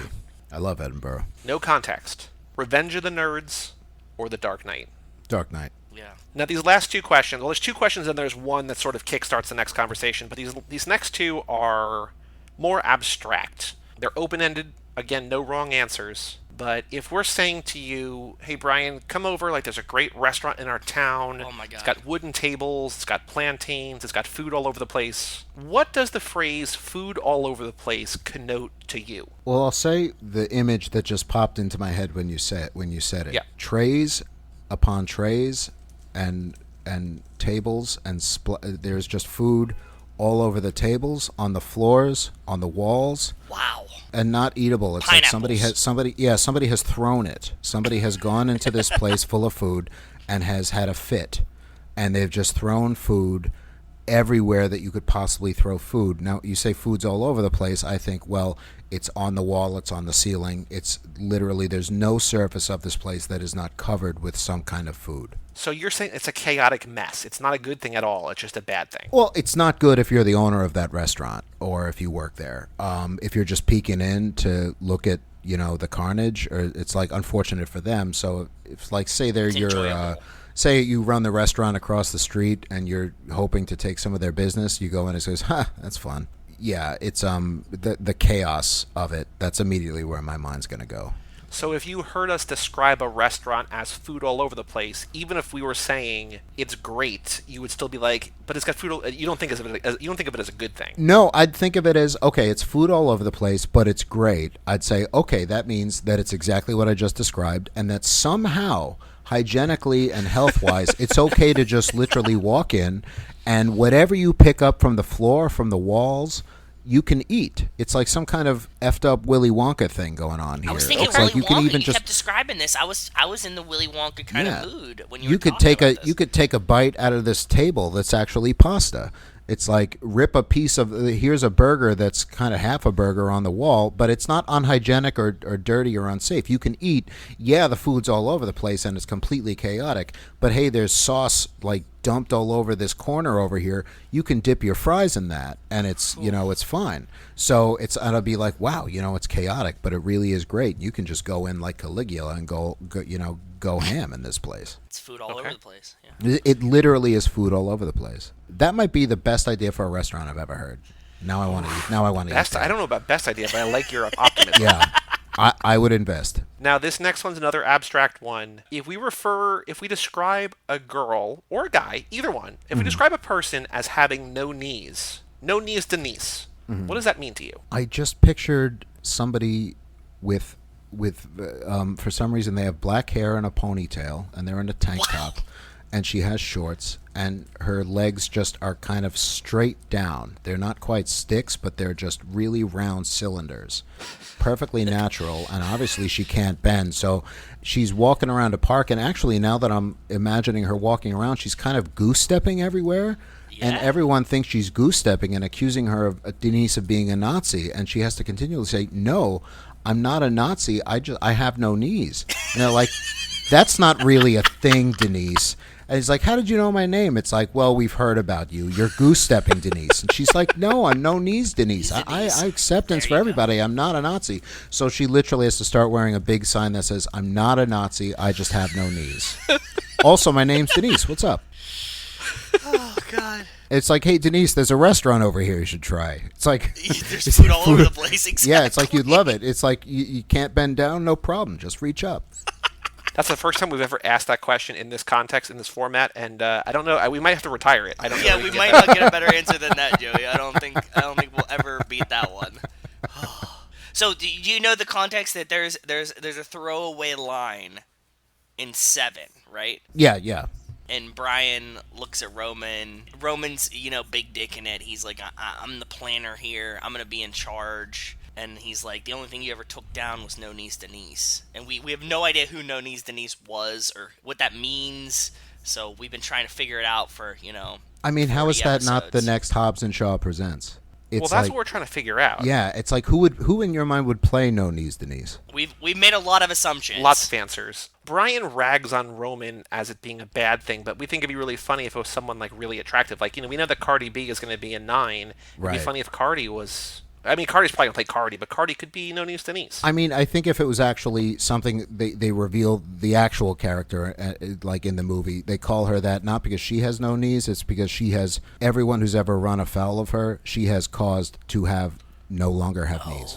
So it's like, you run afoul of No Knees Denise, you're going to walk away with your kneecaps busted so completely that you will have no choice but to goose step everywhere the rest of your life. I was thinking you're so heartbroken that you fall on your knees and you just like scream to the sky when you were saying that. He's been heartbroken like, so many times. He doesn't even have any knees left because he's just had his heart broken so many times. Wow. What time are we at now? 28. Oh, yeah, there are no knees there. They haven't had knees since like 22. Like 22 was like very bloody where they lost all the knees. Well, somebody please get this man a pillow so when he falls on his knees. Well, what is he doing to all of these people? He's obviously pissing them off. He's getting his heart broken so many times. It's like when they canceled Selfie, that was like the 3rd time he fell on his knees. May it rest in peace, Karen Gillan. Don't. I'm that wasn't even a joke. I love that show.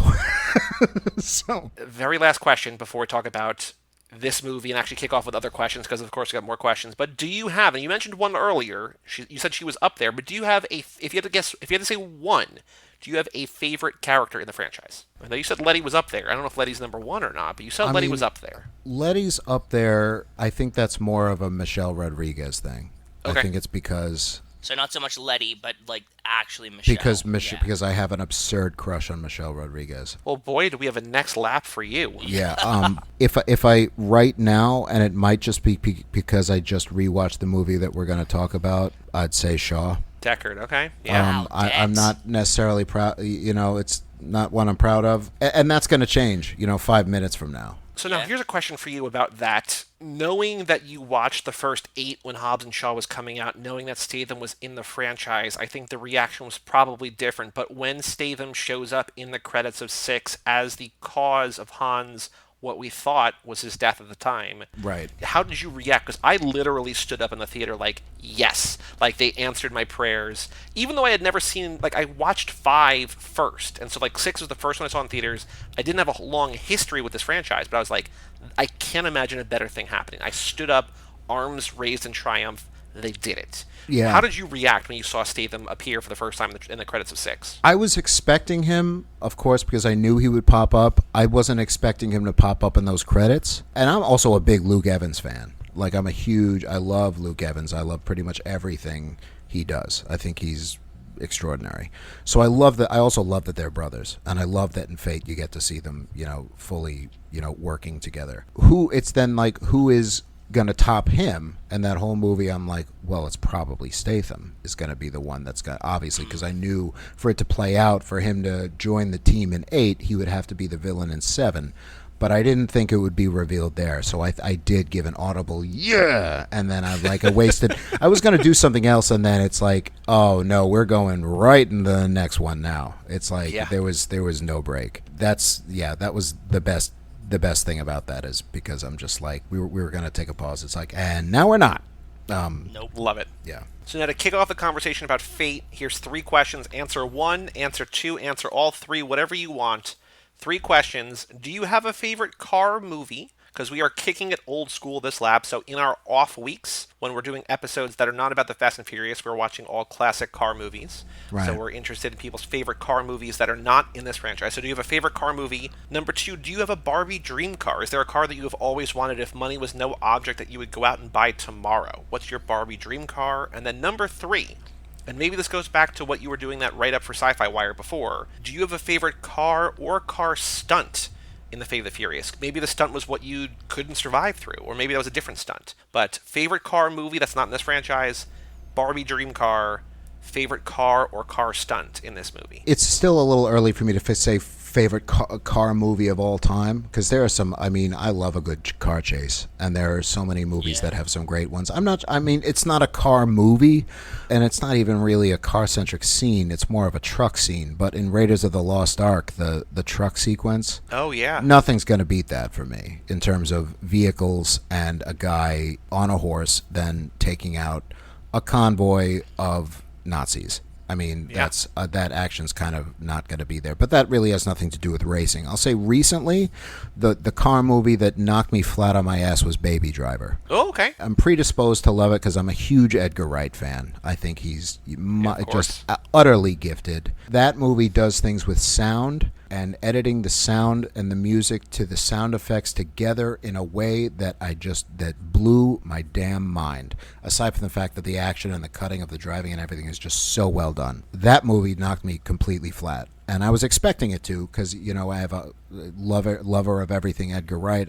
You're expecting it. And then it took some turns where I was like, wow, I didn't see that coming, that have nothing to do with cars. But yeah, that one in terms of the car action and the choreography and just things he does with that are just amazing. I would say, what was the second? Remind me the second Barbie question. dream car. If Barbie money dream was no car. object, what's your ideal car, your favorite car, what you would have if money was no object? Doesn't need to be expensive either. Are you a car guy or not really? The thing is, not really. Yeah. That's probably a stupid thing to say on this podcast. No, I'm not at all. No. Yeah, I'm not at all. I've never gotten into cars. I mean, so it's the kind of thing I think of something like an Aston Martin. Oh, Bond. A little bit of Bond in there. Yeah, like a classic one, probably for the Bond thing. Like if I'm going to cruise around town, here's the thing: am I driving this car? I mean, it could either be you're driving it or you're just showing it off, but you're proud of it. It's what you want to reflect you, kind of. Yeah, I like an old school Rolls or something like that, and Cool. I'd feel a lot of guilt about having something like that, and probably wouldn't and I probably would never drive it because I'd crash it. But I'd say if I'm going to cruise about town and really want to show everyone how big my dick is and everything like that, I think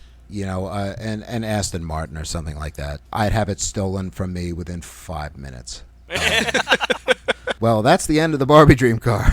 And then they say, what, Barbie? Anyway. And then the last question is, I don't know if this is what you wrote about, if the stunt that you tried to survive was a car stunt, but do you have a favorite car or a favorite car stunt in the Fate of the Furious? I mean, it's hard to beat the Ice Capades. Oh, yeah. That's what. That's I think that's the heading I gave it. It wasn't. I don't think it was number one. I think cars flying out of the plane was number one, because cars flying out of a plane. I love the scene where Cipher says "Make it rain," and all of the cars just go out of the zombie garage. cars. Yeah. When she's just making all of the cars activate and is using all of them.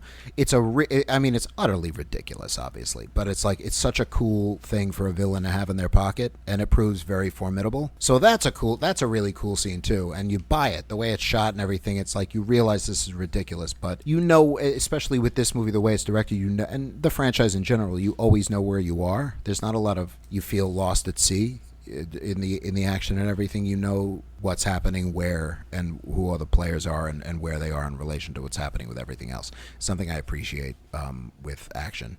So that sticks out. But I mean, how do you beat the extended ice sequence? And I wish, I mean, on that, I wish I know they have to sell the movie, but you're expecting it the whole time because of the trailers. I don't know where you fall on this, but it's something that I have preached for years, like close to a decade now, and I finally have gotten some people, including Joe, to kind of, come to my side. But I just don't watch trailers for any movie that I even think that I might be interested in, because, I know I'm gonna go see F9. Have you seen the F9 trailer? I have, and I know, and the big reveal. It's like, think of how that would be. If it was in the theater. So we knew John Cena was going to be in it just from the trades. So for the trailer to reveal that he's Dom's brother, you're like, oh my god. And then 2 minutes later, because it's a 4-minute trailer, then Han shows up. It's like, what the why would you ruin that? Unless there's bigger reveals they're not revealing, but I don't think so. I don't know, because did they think that they were losing Fast and Furious fans after Hobbs and Shaw? Did they need people to come back? Why else would you spoil something that mainstream people might not know? I think if you love the movies, if you're the kind of person likely to go see F9, you know Han. If you're on the fence, seeing Han is not going to sell you. No, it's not going to be like, oh, I was out of this franchise. Oh, wait, Han's back? Okay, I'm going. It's like you were going anyway. It's so it's one of those cool things that would have been a stand up and shout moment, surprise in the theater. But now we know, so now we're expecting it. We don't know how, and we don't know the whys of it, and I'm sure, and that'll be cool too. But that's one thing I gotta respect what they did with Avengers Endgame. Almost everything in those trailers is from the first act of that movie. And so by the time you get to Portals, you've seen none of it. You haven't seen any of it coming. Yeah. And so it's just the biggest payoff you can imagine. Same with, I mean, it's kind of the reverse of, I always call it the trend in trailers of the Children of Men thing. Because when that movie came out, and that's a brilliant movie, but the trailer for that movie tells you every single thing that's going to happen in it. That trailer plays, and it's like, can I know more about the plot, please? Well, it just told you. It doesn't matter. Yeah, it's incredibly shot and everything, but it tells you pretty much every beat of the story. I understand they have to sell it. I get it, but I wish, and it's, of course, we expect what's the next big crazy thing going to be, especially with this franchise.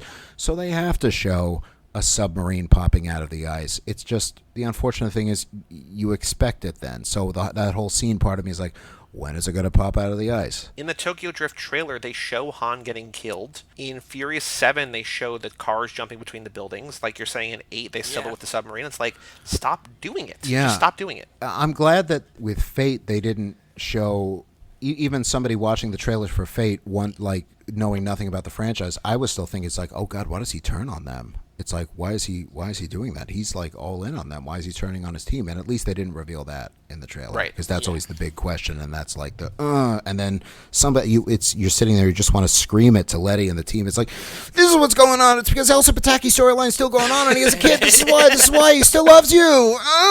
It's like after we find out, the other characters don't know yet, so that's like the double thing in there. And then of course the beauty of it is he's had the upper hand the whole time. We just didn't really know, because of course he does. It's like how the tagline of that movie wasn't like, family is his strength, also his weakness. Because and that's the beauty of it. How many times did they say family? I want to see him lifting weights saying family is my strength.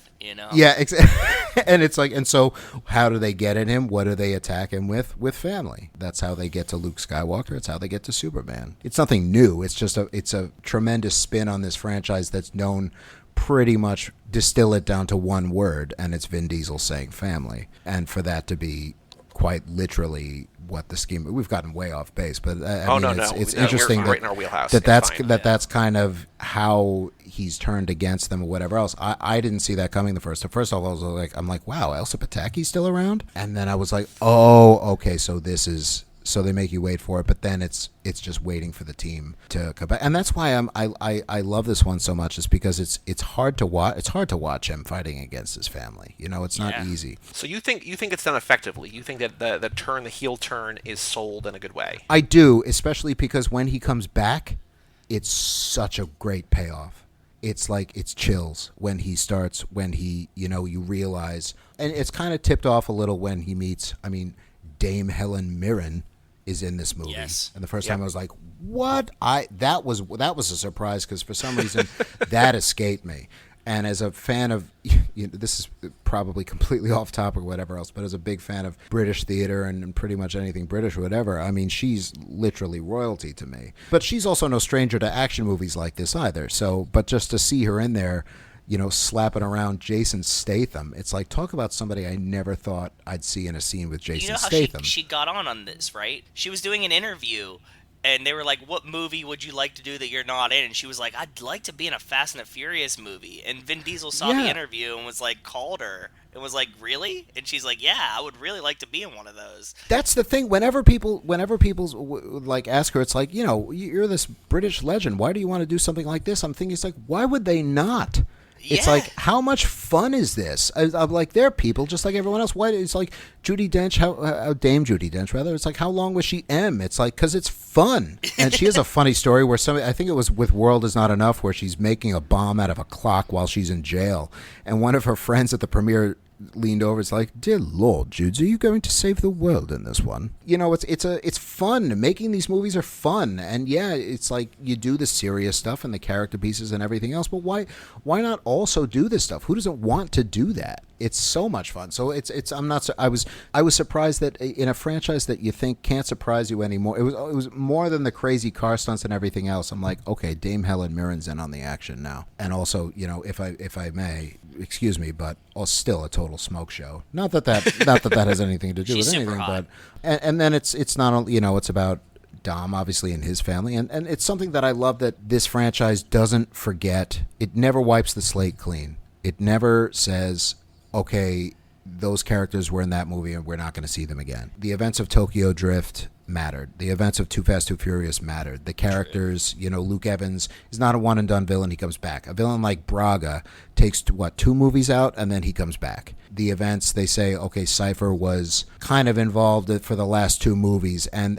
they keep just adding to the roster as they, obviously not everyone can stay around, so they have to, lose characters along the way. But they just keep building this roster and this insane mythos. It remembers its own history, and it doesn't run away from it, and it embraces it. It never wipes the slate clean. It never does like the bottle episode. Here's the episode of the week. It's all so serialized, and I'm sure you've gotten this a lot and talked about this to death, but it's the most insane action-packed soap opera ever. So soap opera-y. It just like, oh, you thought that was soap opera to the point where secret babies and amnesia and everything else. It's like, you list it. It's like, when is the secret cult leader going to come on? It's only a matter of time before magic becomes a thing. And it's like, just bring on John Constantine for F's sake at this point. It's so, and one of the cars is going to talk. I hope so. I want a kit so bad. In like the 50th movie, one of the cars will become sentient and will become,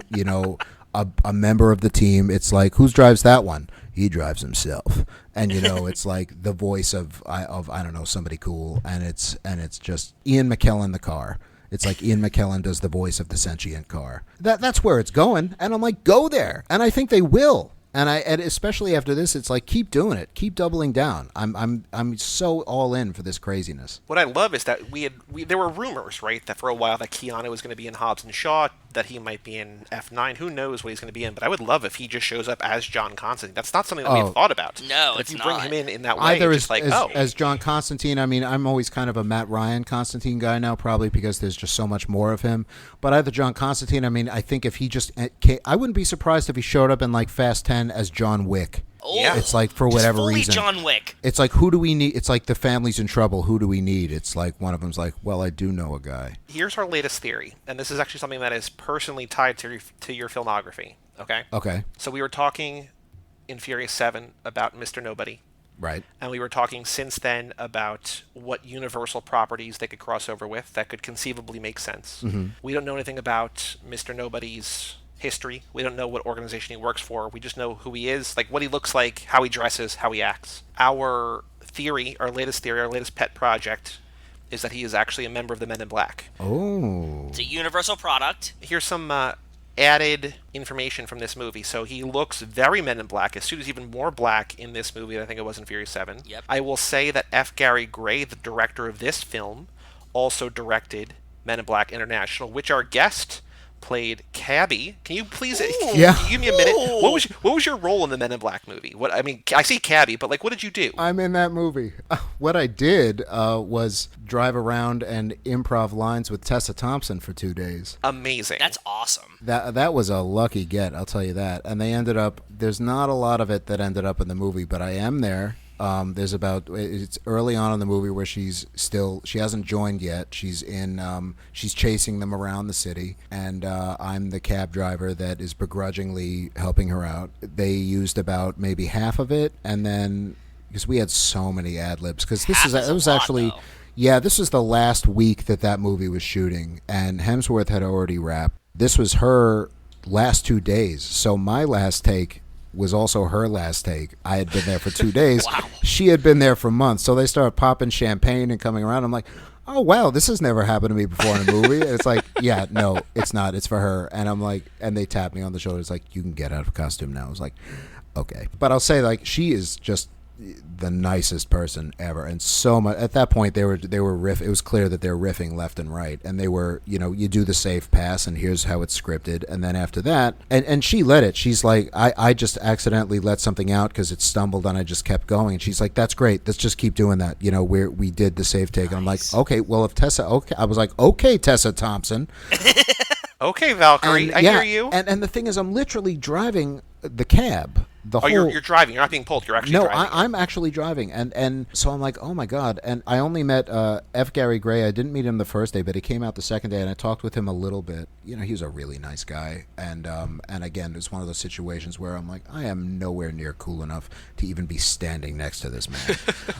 But it's hilarious because I'm actually driving this cab with acting in a mask is one thing, acting in a costume or whatever is something else, but acting via car is not easy, especially so it's like, drive up, and you're a cabbie, so they're like, drive up really fast, hit this mark right here, hit the brake, open the window, say the line. It's like, wow, that's really hard. It's like, that is very, very hard, especially because I've been living in New York. I haven't had a car in years. Right. Yeah, they made sure I had a driver's license, but so we're getting towards the end. And meanwhile, I'm driving, and the cab driver whose cab we were using could not turn off the cab available sign.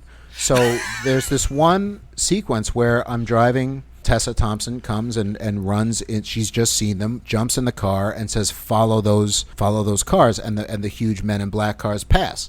And that's when, as soon as they start by me, the intercom in the special radio in the car just starts screaming, go, go, go, and I'm just supposed to peel out and hit the gas. And so we do, and then they get the shot, but the thing is, then to reset, I've got to, and this is down in Dumbo, I've got to drive all the way around the block to get back. I'm in this cab that says it's available with Tessa Thompson in the back seat. And Dumbo is packed, and everyone is flagging us down.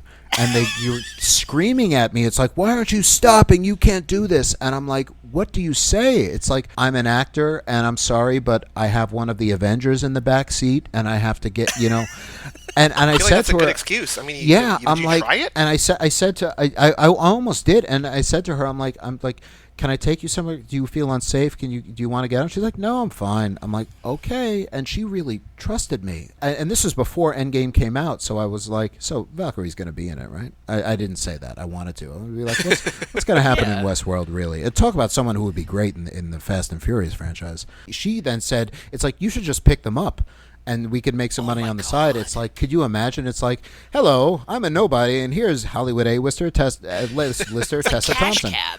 Yeah, but we were getting, holy it's fuck. like the best cash cab ever. We were getting towards the end of the day, and they're losing the light, and we needed like this final thing where my cab comes screeching up into place. Here's the mark, and just a few, like 2 feet away, is two of the most expensive, biggest cameras you've ever seen in your life. More lighting equipment than I've ever seen, and about 25 actual people setting it up to get the car coming in on fully frontal like that. And I'm, of course, taking it gingerly because I don't want to kill 25 people or destroy these 2 cameras or anything. So I'm coming in, and I'm supposed to just jam the gas and just stop right on this mark. It wasn't lost on me that they're losing light. And F. Gary Gray himself comes up, and he's talking to the AD, and he says, okay, that was great. Now, 2 things. Don't stop so soon. Be a lot faster. And then he just walks away. And she turns and looks at me and is like, get closer and faster. Got it? And I was like, yeah. And I'm like, But I'm not a stunt okay. driver. Yeah, I wanted to point that out. Like, I'm not a stunt driver, and this isn't just the director saying this. I'm like, this is the director of one of the Fast and Furious movies saying this Yeah. to me. It's like, how did I end up in this position?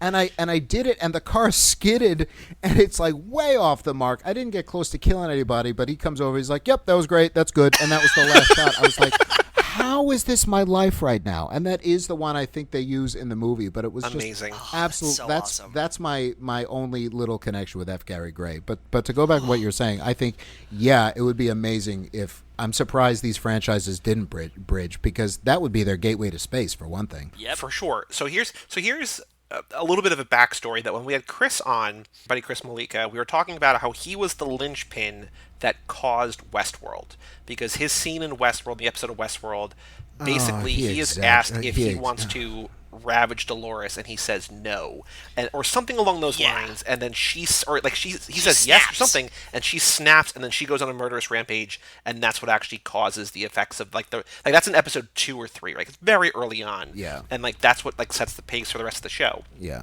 So we're like, Chris, you realize you're like the Thanos of Westworld, that you caused everything to happen. Like, you're the one, you're the cause, you're the villain. And he's like, I've never thought about that before, but I think you guys are right. Oh, of course he said that. No, if anything, first off, Chris Malika ain't no Thanos. If anything, he's the Justin Hammer of Westworld, and even that's high praise. I mean, I love Sam Rockwell. That's not a bad thing. So I know that's the problem. It's like I'm trying to think of a low-level Marvel villain I dislike, but I can't think of one. It's like, he So ain't here's Thanos. the idea. I mean, aside from the fact that we just think that Chris Hemsworth and Tessa Thompson, and also Tessa Thompson, the Westworld connection there too. She's Charlotte Yeah. Hale. This is all maybe one universe. Who knows? Yeah. That's maybe a little bit too crazy. But anyway, although Westworld does fit in with the tech the way this is going, but let's not get there for a second. Yeah, with So- the last season they did, anything's possible. Exactly. So Chris Hemsworth and Tessa Thompson, we think, would fit in perfectly with these movies, with this family, with this crew. Oh, yeah. Absolutely. Here's the new thought: is that you, for some reason, in F9, maybe you're in F9, you haven't told us yet. In F9, F10. No, I'm not. Well, maybe I'm going to pretend that you're contractually obligated to not tell us. You're under it's like, NDA. You're Yeah, an yeah, NDA, yeah. I get Yeah, it. that's what it is. Yeah. They're in New York and they're like, we need a cab, and they call a cab and you're the cabbie, and they're like, oh my god, that's the guy from Men in Black International. You'd be like, yo guys, I just dropped this girl, like, it was crazy, she was talking about aliens, we didn't know what was going on, I just saw some aliens. my Like, God. you could be the crossover that opens the door, and it's like only we know, because we're like, oh, we know him. You are my God. you're the actual connective tissue between this franchise and Men in Black. If you wouldn't mind making a few calls. I mean, And I'll just I don't say think that that would be the it's first like- ask of us. Yeah, I I'm think, interested. I think we would ask about ourselves first, but then you'd That's be fine. really high up there. That's understandable. I think the only leap there is that you'd think it's anyone would look and say, "Oh my God, that's the cabbie from that movie." Absolutely nobody would say that. I mean, I would have a couple friends and my mom be like, "What is he doing back?" I mean, and that's it. It's like.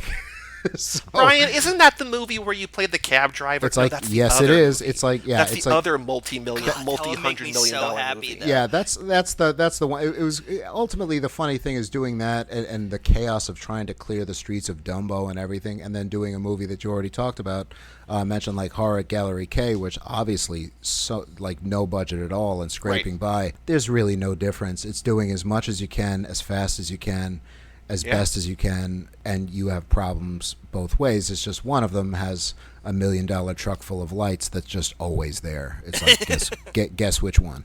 And my last note about F. Gary Gray, just to put a button on this, because then I want to know all about your favorite parts of this movie, what you love about this, but I also was digging some F. Gary Gray, and he directed Vin Diesel in the movie A Man Apart, which I did not know. And I Yeah. did not know that he directed Be Cool, which has The Rock in it, which we talked about, that The Rock plays a that's gay right, character yeah. in that movie. We've thought for a while. I hadn't known of that either. Yeah, I'd really only known him from Straight Outta Compton. Then I got to know his other movies, and I know Justin Lin is kind of the appointed king of this franchise, and I love Justin Lin. But I have to say, I mean, I think bias aside, it's like bias because I talked to him once. I love what F. Gary Gray does in this movie in terms of the direction and the acting and everything else. He puts a stamp. It's not like you feel like, what is this? This doesn't feel like a Fast and Furious movie. It definitely True. does. Because they all have to, it's not like Marvel where, of course Black Panther isn't going to feel like Thor Ragnarok. Those are completely different directing styles they want there, and that's the intention. That's not the intention here, I would imagine. It's like kind of they all want the same kind of madness, and I feel like he just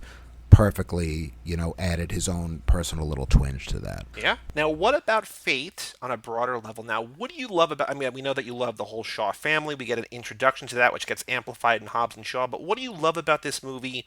What sets it apart? What makes you more excited about this movie than others in the franchise? I think some of it is the way I watch these movies and watching them kind of over, like all of them not in one sitting, obviously, but in a couple nights. Yeah. It was all building up to this. I knew this was the ice one and the one with the submarine or whatever, and this and the one where Shaw and Hobbs had to work together. So in a lot of ways, this is the one I was waiting for the whole time. Okay. And it didn't disappoint. I was waiting for this one because when I remember, even as I said, when I saw the trailers for this, I'm like, this looks insane. This franchise looks like it just doesn't care about anything anymore. It's just going for it. But then I watched it, and the thing is, it does. And I love how this movie starts. It starts with a street race, and that it goes off the rails. But it starts very simply with Dom in a street race, and I love that he's using one of Brian's tricks in the beginning. I love that how they keep Paul Walker, his memory alive, and the memory of the character alive. And anytime he refers to something Buster would do, it just gets me right in the heart. Whenever he says Buster, it's like that friendship was epic, and that it's still showing off on him, and they're still paying homage to that, and it's still a mark in their lives, is fantastic. So I love the way this movie starts. And I love that it also pays off later, where he's saying, it's like I forget the exact line, but he says to Cipher, he's listing off reasons, the things that she's done to him. It says something like, "You were screwed the minute you interrupted my honeymoon." Yep. And I was like, it all ties back to this. Again, we've already touched on it, but it's literally using the family theme as as his weakness. The only way to get to him would be this. I was like, okay, so that would do it, but it's like, how? And it's like, okay, it acknowledges its history. It's this character that would be easy to forget, because of course nothing is right with the world unless Dom and Letty are together. And as much as I like Elena, it's just nothing against her. It's just feels wrong. And I'll say one thing about this movie. I feel like they give her a little bit of short shrift in how they take her out. Here's a question for you, and this is a theory that one of our past guests has brought up that we bring up a lot. Chris Morgan, the writer for most of these movies, has said that they didn't have to rewrite Fate after Paul died, that they were basically like,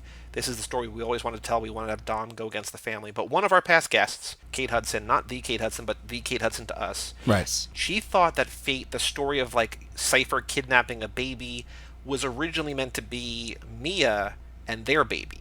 And that when Paul dies and they kind of write Brian and Mia out of the story, that they're like, we still have this idea that we really like and we want to use it, but like, how could we do it? Well, like, oh, we still have Elena in our back pocket. Do you see that as a viability? Do you think, like, it sounds like this story works for you aside from the way that they get rid of Elena sort of, almost off screen. Like, they just shoot her and you don't even see her body, right? But like, I didn't need to see her head actually get blown off. But I mean, I feel a little bad for Elsa Pataki, and that, well, there's another gateway for Hemsworth into the franchise also, because that's his real life wife. She's fallen real life. Exactly. Real life wife. Yeah. I think it would have been stronger if that was what they did, because you obviously care so much about Mia and Brian, and of course Dom would care so much about their kid, and it's still family and keeping it in the theme. I think it just would have been muddied a little bit. I think adding Brian and Mia into this whole thing would have been one complication too much. It would have been one character too much.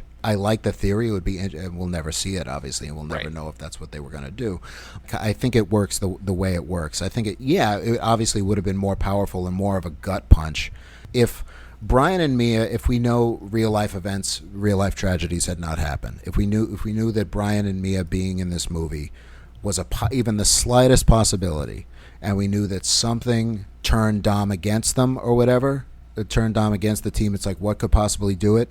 The first thing everyone would think is they have Brian and Mia or their kid. It's like we think they have them trapped up. If they were still in play, we would have outguessed it. We would have guessed that that's what's going on immediately. With this, I was expecting Elsa Pataki to be in the movie, but I wasn't expecting that. It was far enough away from the opening credits where It's like, oh, this is how she's going to be involved. Whereas if they were like Brian and Mia were still very much characters, but we were led to think that they're sitting this one out, what would possibly turn Dom, and if they were still, in play, or even just Mia, it'd be like, oh, well, obviously it was her. And I already knew Jordana Brewster was not in this movie, or else that's immediately where my mind would have gone as well. Right. And I know she's going to be in the next one, so I'm hoping they don't do something similar. She doesn't show up and say, oh, Brian, died off screen or something like that. I don't know. I trust, after what they did, ending 7, I trust them to pay homage to that. It's I just really like the idea of the two of them driving off in the sunset. Happiness. Also, I like the idea of Mia coming back and still being in the franchise, because she's really great. She's a great character. Yeah. So it's kind of, they know what they're doing better than I do, so I trust them, obviously, so I trust them to handle it. I like that theory, though. I mean, and that could be where it was, but for what it's worth, it's like Dom having a kid of his own is kind of, in a way, the natural progression of where, his arc and journey would go.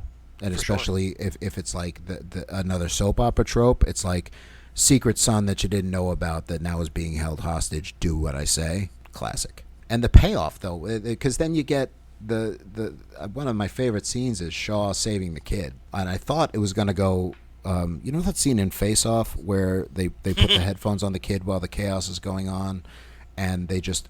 You hear what the music the kid's hearing while you're seeing the gunplay and everything. I thought they were going to do that with the Chipmunk song, and they didn't. I was glad they didn't. But it's seeing the rescue of the son and everything on the plane and everything was joyous. So it worked for me with what they did. I will say, and I was saying this, I was sort of hinting at this, Joe, to you online when I was watching this the other day. Was this is the first time that we have watched this movie. Or we've covered this movie, that we've talked about this movie since the F9 trailer came out. Yeah, we talked about it. So which means it's the first time that we knew for sure Cipher was coming back. Right. This is also the first time, maybe since lap 1, that I've watched the extended cut, because again, I've complained about this before, and it's a very, very, very first world problem, but like the 4K disc is just the theatrical, and just the digital copy is extended, and so like when I put the disc in, my brain forgets that there's more, and it was kind of between just maybe Stockholm Syndrome, but also the fact that we know that Cipher is going to have a payoff hopefully in 9, or at least the benefit of a payoff in 9. Yeah. The fact that there's 12 extra minutes or something of extra footage. I loved this movie this time. I don't know if it's going to move up in my rankings, but like I loved this movie. It's not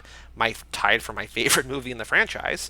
I still can't get over that. That's amazing to me still. Where is it in your ranking? Last. It's last. Really? Yeah. Wow. But I wonder if that's going to change, just because like consensus-wise, 2, 4, and 8 are almost everybody's bottom 3 in some order. Really? Yeah. With the benefit of hindsight and being able to be removed from it and seeing where Hobbs and Shaw go, and hopefully seeing where Dom and Cipher go, and how Shaw factors in, and the whole justice for Han, because I think people hated this one for 2 reasons. Number one, maybe 3.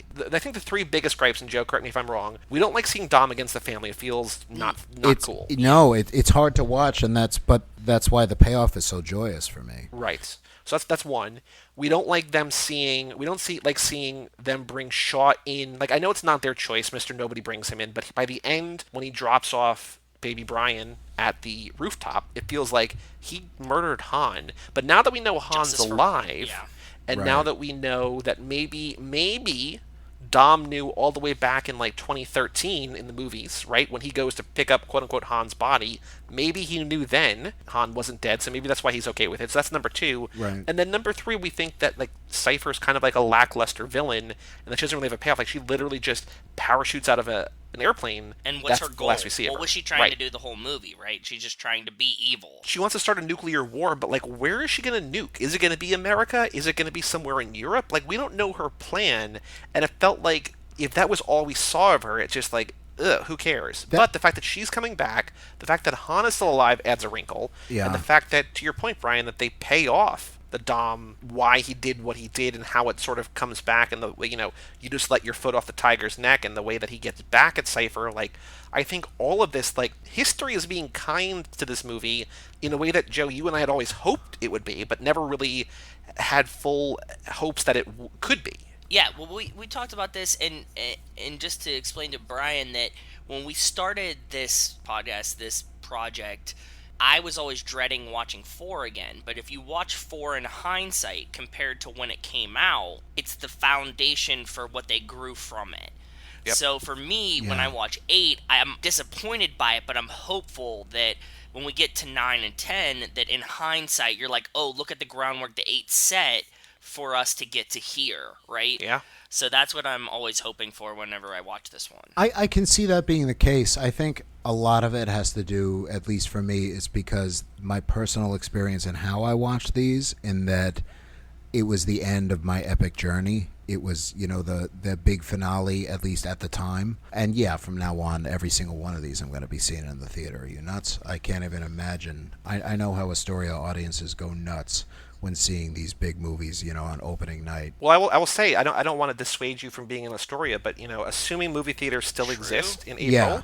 and assuming that, like, AMC still exists and that we all feel safe enough to go to the movie theater, you are more than welcome to join us. We usually go up to the Palisades Mall, which is halfway between our houses, which is not that far from the city. No. And you could join our family watch party. Oh, I'd love it. I'd love it. Count me in. I think because Love there's it. nothing better. I can't imagine watching this, because some of these big movies, Avengers and Star Wars. I remember one. I think it was the 5th Harry Potter movie. Dumbledore has this epic entrance, and the theater just went nuts. And this one guy kept screaming like for 5 minutes straight. I was like, wow! I thought I was a fan. And so I can't even imagine how some of these play in front of a live audience, and I it was can't great. It wait was to great. experience it, especially on opening night. There's really nothing like that. I kind of, in terms of Han, I never bought that. I was always, when I saw it, I already knew that Shaw was going to join the team. So Okay. part of me and I didn't know he was going to come back when I first saw this, but I was like, part of me didn't buy that that's how it went down. Because You you were knew skeptic. that Shaw was Okay. eventually not always the villain, that he was at least a begrudging ally. Yeah. You had a hunch that that Han wasn't necessarily dead, because it seems like a bridge too far to cross. Right, or that there was more to it. It's like, because if he Fascinating. actually Okay. killed one of their Interesting. team, there's no way they would let him back in the mix. That's not to say, as far as they all know in this movie, though, he does kill him, and they're having him, at their family Right. picnic at the end. Now that you mention it, that does seem a little off, but I think I've seen this more than a few times since seeing the trailer and knowing Han is alive. I forget that the other characters don't know that yet. Or maybe they do, is the thing. Maybe they do, and they're just not saying it. It's That's our question, yeah. We're like, who did know? What did Yeah. they know? When did they know? Who doesn't know? I feel like Hobbs and Dom probably know, because I don't think they would tolerate this guy killing one of their own like that. It's unless they knew, and that's something they can retroactively just throw in there. It's like, oh yeah, we knew the whole time. Did you? We've never said this before, Joe, but I'm just thinking now, in a franchise where they literally have technology that can find anyone on Earth, you would think that at one point they'd be like, Han. But if you thought your boy was dead, would you go hire a private investigator to go see if he's still alive? You'd be like, no, we know he's dead. Somebody told us he's dead. You wouldn't even question it. But you don't think if you're drunk one night and you're like, let me search Batman, let me search Superman, let me just see Han. Well, I don't think so, if you dude. have a God's eye or a devil's anus or a golden eye, God's eye is The what devil's they call it. bunghole. Yeah. Yeah. Devil's bunghole. If it's not actually Han, then it's something they should address. Yeah, by the way, you shouldn't have come to that picnic. You killed our friend. Fuck you. But there's also this theory I'm reading about, which makes sense, that now they have pretty much cyborgs in the mix, thanks to Hobbs and Shaw. Or for all we know, full-on LMD robot replications. Clones could be in the mix now. Are there 100 Hans? And is that the deal? That's the thing. Everything is on the table with this franchise. It's like you can think of the most outrageous idea of where it's going to go, and you'll watch it be like, wow, they went actually 100 times weirder. So that's part of the joy of every one of these. You never really know what to expect unless they show it in the trailer. So now we can expect Han to come back, but we don't know how. For all we know, he'll grow a laser arm in the end and start shooting fire out of his eyes and be like, wow, okay, well, they did not show that in the trailer.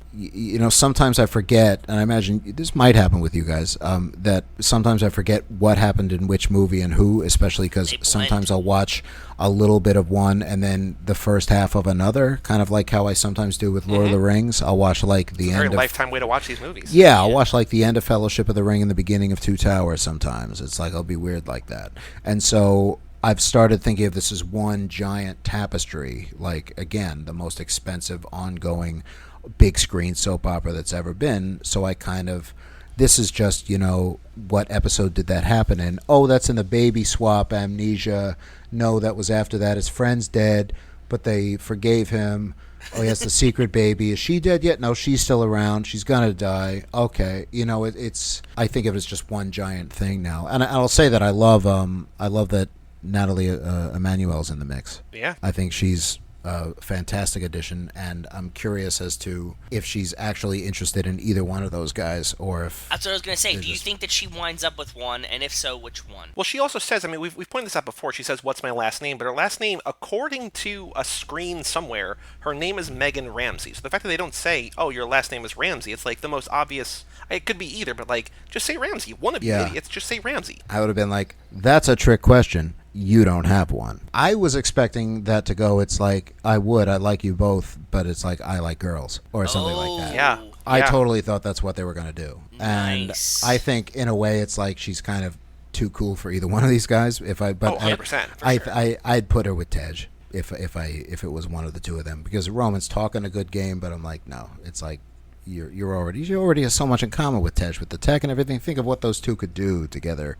They're already together in that, but just join your technology together with the power of love and see what happens. Even though Barstow's exotic to her. Yes. Yeah. Brian, we've been talking about this, and before Hobbs and Shaw came out, and Joey and I had been talking for a while, and we were pitching that we thought that because we never see Hobbs with a female companion. We're so proud of this franchise, especially like now, and I know that it's sort of dumb to prop up a movie, but like, especially in a time where like we want to listen to black voices and black filmmakers and different cultures and different stories, like we're really truly proud of the franchise, and we love the fact that it's so diverse, and there's, all different ethnicities and pretty equal-ish balance between men and women, but we're like, the one thing that's lacking is queer representation. Yeah. We had been pitching before Hobbs and Shaw came out that we were like, because we never see Hobbs with a female companion, we thought maybe it would be great if Hobbs was a gay character in this franchise. We had never seen him with a woman. We were like, this would be really interesting. This could, he was kind of like asexual for a while, right? Because it's just The Rock. And we knew that The Rock played a gay character before in different movies and things like that. So you bring up Natalie Emmanuel being possibly a gay character would be amazing, right? Like, this would be really cool. That the finishing point, Roman and Tej going after her, she's like, I like neither of you. Yeah, and it turns out it's like Mia shows up, it's like, actually, I like her. But, in terms of The Rock, that's also fascinating. And I'll say, watching this movie again, with the current situation, you'll never watch The Rock rampaging through a prison, getting repeatedly pelted with rubber bullets, brushing them off as if they're nothing. Like, you will never watch that scene the same way again. It's like, I was like, wow, okay. You just can't take him down. He's brushing it off like they're little nuisances, but still, it's like, oh my God. That had a whole new significance. Part of why, I love these movies is that, they're diverse. They keep getting more diverse, but that is one area where they're not as diverse. And if it fits the story, if it, isn't, it's not to do it just for the sake of doing it, and it's doing it to say, look how progressive we are, but it's to do it because it's rooted in character and theme. And with these movies, they usually are. And usually that character and theme is tied to something outlandishly ridiculous, but so be it. She can be LGBTQ, and they don't, that's just how it is, and it's not like that doesn't define that character. It's not her character. I agree. Yeah. She's not scripted to be this. It could be part of her character. Yeah, it's like this is the character, and it's like this is what they are, and it's not. And here's a special 30 minutes about this condition. They don't do that. Like our dream, and the dream is maybe a strong word, but we always just wanted Hobbs to be like, and here's my partner, and it's just a dude. Like they don't address it. It's just like it's just a fact of life. It's just who he is, right? It's just we don't make a big deal of it. He's just there. Yeah. Yeah. I do want to say though, while we're on this topic, I was mentioning that I loved the extended cut, but the extended cut does add two rather homophobic jokes that I was kind of thrown off by, and they're both What are they? Hobbs and Shaw jokes. So we talked about in the first one, right? In the first Fast and Furious, where like Vince Strong F. drops the hard F, right, Strong on F, yeah. Brian, fat burger, whatever, right? But like for the most part, since then, like there's been, not that it was excusable because it's never excusable, but it was a different time. It was 20 years ago. We are way different now than we were then. Yeah. This movie was 2017, way different time. In the prison, when they're in the cells shouting at each other, and Hobbs is doing the bench pressing, or like the curls, the bicep curls with the bench. Yep. He tells Shaw to go toss some more salads. He's like, go out there and toss some more salads, which like in a prison full of dudes is like very clearly just like a gay joke, and it's like, Interesting, yeah. Then later, he uses a phrase that I fucking love, but I don't love that it's used in a homophobic way. He says that he can't wait to slap the dick garage off Shaw's face.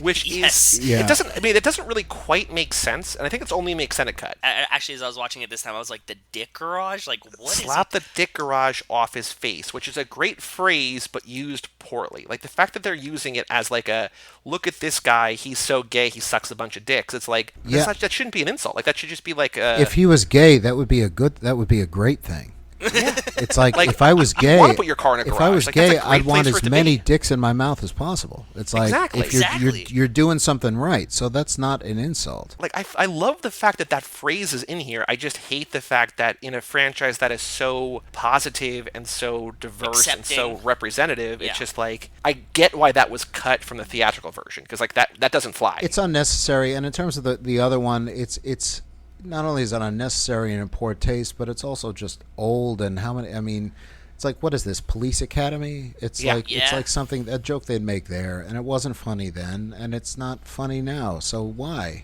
It's like, not that, oh well, if it was funny, it would be okay. That's definitely not what I'm saying, because it's inappropriate and it's Yeah. not No, funny. just- and it's doubly wrong. It fails on every level. So it's Right. not like, oh, this is such a good joke, we're going to risk homophobia.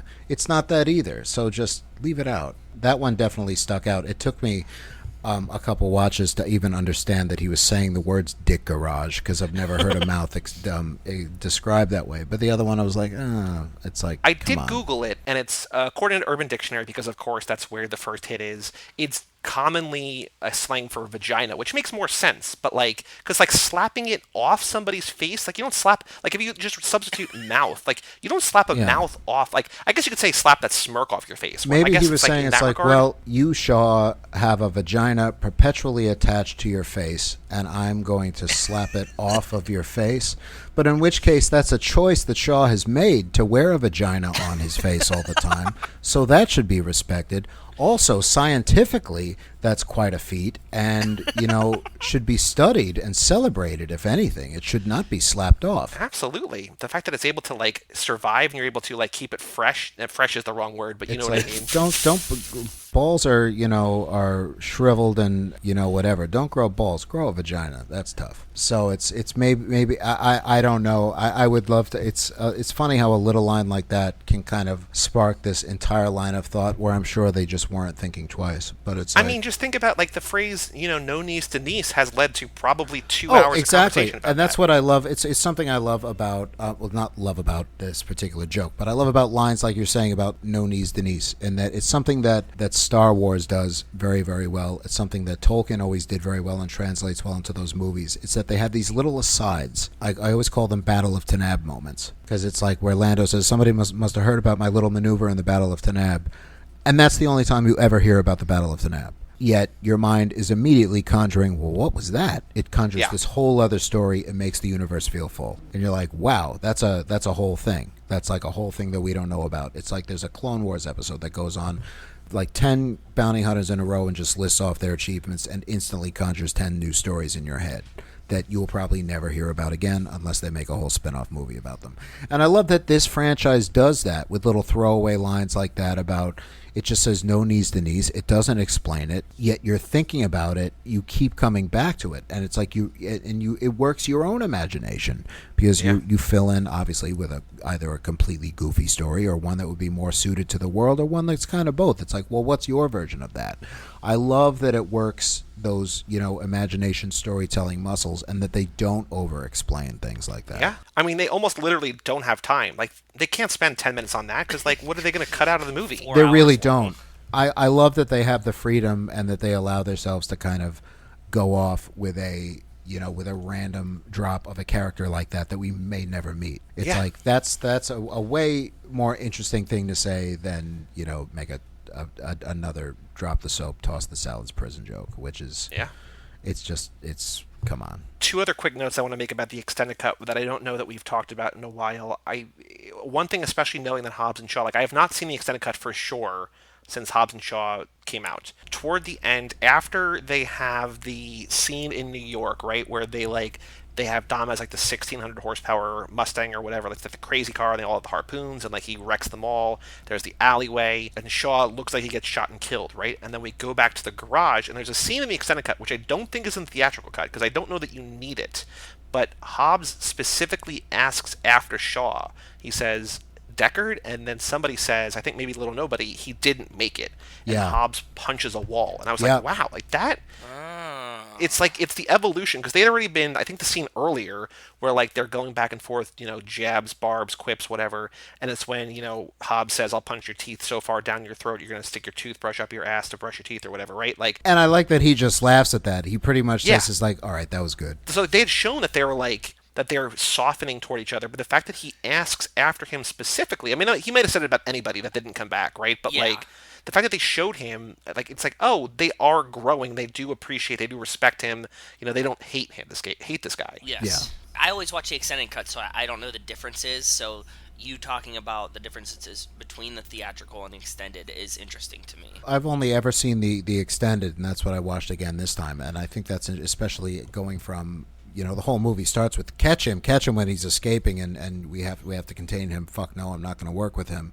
To an hour later punching something because you think he's dead. I mean, that's, and you believe it. I mean, I love that moment. Yeah. The other note that I recognize the difference, and I don't think this is in the theatrical, is that at the end in the, like when they're in the submarine scene and Hobbs does the haka against the Russians, that's not in the theatrical either. Oh, interesting. I really like that's the one of my throwback favorite of the haka. parts. Yeah, same. Oh, I'm a sucker for a haka. Did you see the group in New Zealand this past week doing Yeah. the haka, like in support of George Floyd? Like, awesome, I did. Awesome. There's like few things that are more powerful to me than that, and The Rock just does it. Oh my God, the way he does it, and that is not in the theatrical cut. I don't think so. Oh, that's one of my favorite scenes. That's one of my favorite Rock scenes. Period. Right. I mean, like in anything. The callback, the throwback, everything. I love everything about it. Yeah. Oh man, that's such a good part. I also, so in terms of other haka scenes, obviously the one that people remember, the one that's in the theatrical cut, is in the beginning of the movie where there's the pink dragons against the monarchs. Yeah. Right? Pink monarchs and red dragons. I was thinking red dragons. Yeah, sorry, pink monarchs, red dragons. Yes, I can't do anything but apologize. I forgive you. I was thinking how much cooler it would be, specifically where we are right now in the minute, if the guy recruiting Hobbs was Tanner. He looks like Tanner, but he's not Tanner. Right. Like, that would have required Tanner to have, like, a huge career jump, like, at his, like, age 55 or 60, right? Because he feels pretty much like lifelong LAPD, like, mid-level guy. Yeah. But now he's, like, at a role in the DSS or whatever to, like, be recruiting Hobbs to jobs. Like, it feels like that's a huge career swing, like, in the 11th hour. Like, that doesn't feel doable. But I would love to see the Tanner come back. People like, shit, is that Tanner? Like, I think it is. That would have been really cool. For some reason, the Hobbs being in the position he was in and being that high up kind of excuses, not that it needs an excuse, but how does this street racing team get involved in these much higher level events and thefts and schemes and all that, is because, he's kind of the gateway into that in a lot of ways. It's like, here's this new, you buy, with The Rock in that part, you buy it, for one thing, because of course you buy it, but also, once they brought it, and that's another thing, it's another instance where he's not a villain, but the antagonist. until he wasn't. And now I can't imagine I can't imagine one of these movies without him. And I guess we're going to now. Is he in the next one or is he not? And who is fighting with who? Is this something you guys have talked about? Because yeah, so I've tried to get to the bottom of this, and I'm reading it's Vin and The Rock that have the problem, and then I was like, no, it's Tyrese and The Rock that have the problem. It's like, who is fighting with who? And can they all just shut the fuck up and just get along? We should all shut up and get along. The beef was, and as far as we can tell, Vin Diesel, the actor, did not, because it's Vin and Dom in our brain, like it's hard to separate the two. Yeah, it's but very Vin hard. did not like that his franchise, The Fast and Furious, from what we understand, this might not be exactly true, but this is the best that we can understand, that he did not like that his franchise was having a movie that he was not in, even though he wasn't in 2 and he was barely in 3, right? He left. But like the fact that this had evolved to become his franchise, and they're doing this spin-off with Hobbs and Shaw with The Rock and Statham, and like they're like, oh yeah, we don't need Vin anymore. When they were shooting Fate, this news apparently broke, and Vin got very upset to the point where he like didn't show up on set for like 18 hours or something, and like they just wasted a day, and so like he seemed like a real diva. So that's when like The Rock went out on Instagram and called him a candy ass, right? Not by name, not specifically by name, not saying Vin is a candy ass. I remember that, but I remember him work saying with their candy asses. I or remember whatever. the candy ass thing heard around the world. Yeah. So your confusion was that Tyrese, in his he in his comes effort to out. stay relevant, is like, God. Tyrese and Paul Walker seemed like they were buds, that they had gotten along, and that Paul kind of was like, hey, let's keep bringing him back. And then when Paul's gone, he's like, I need to hitch my wagon to one of these guys, so I'm going to back Tyrese definitely Dom knows where his here. bread is buttered, right? Like Yes. he Yeah. knows. So where he's he getting paid. jumped on Team Vin and was like, no, like he's, you're wrong. Like this is Vin's franchise, this is Dom's story, whatever.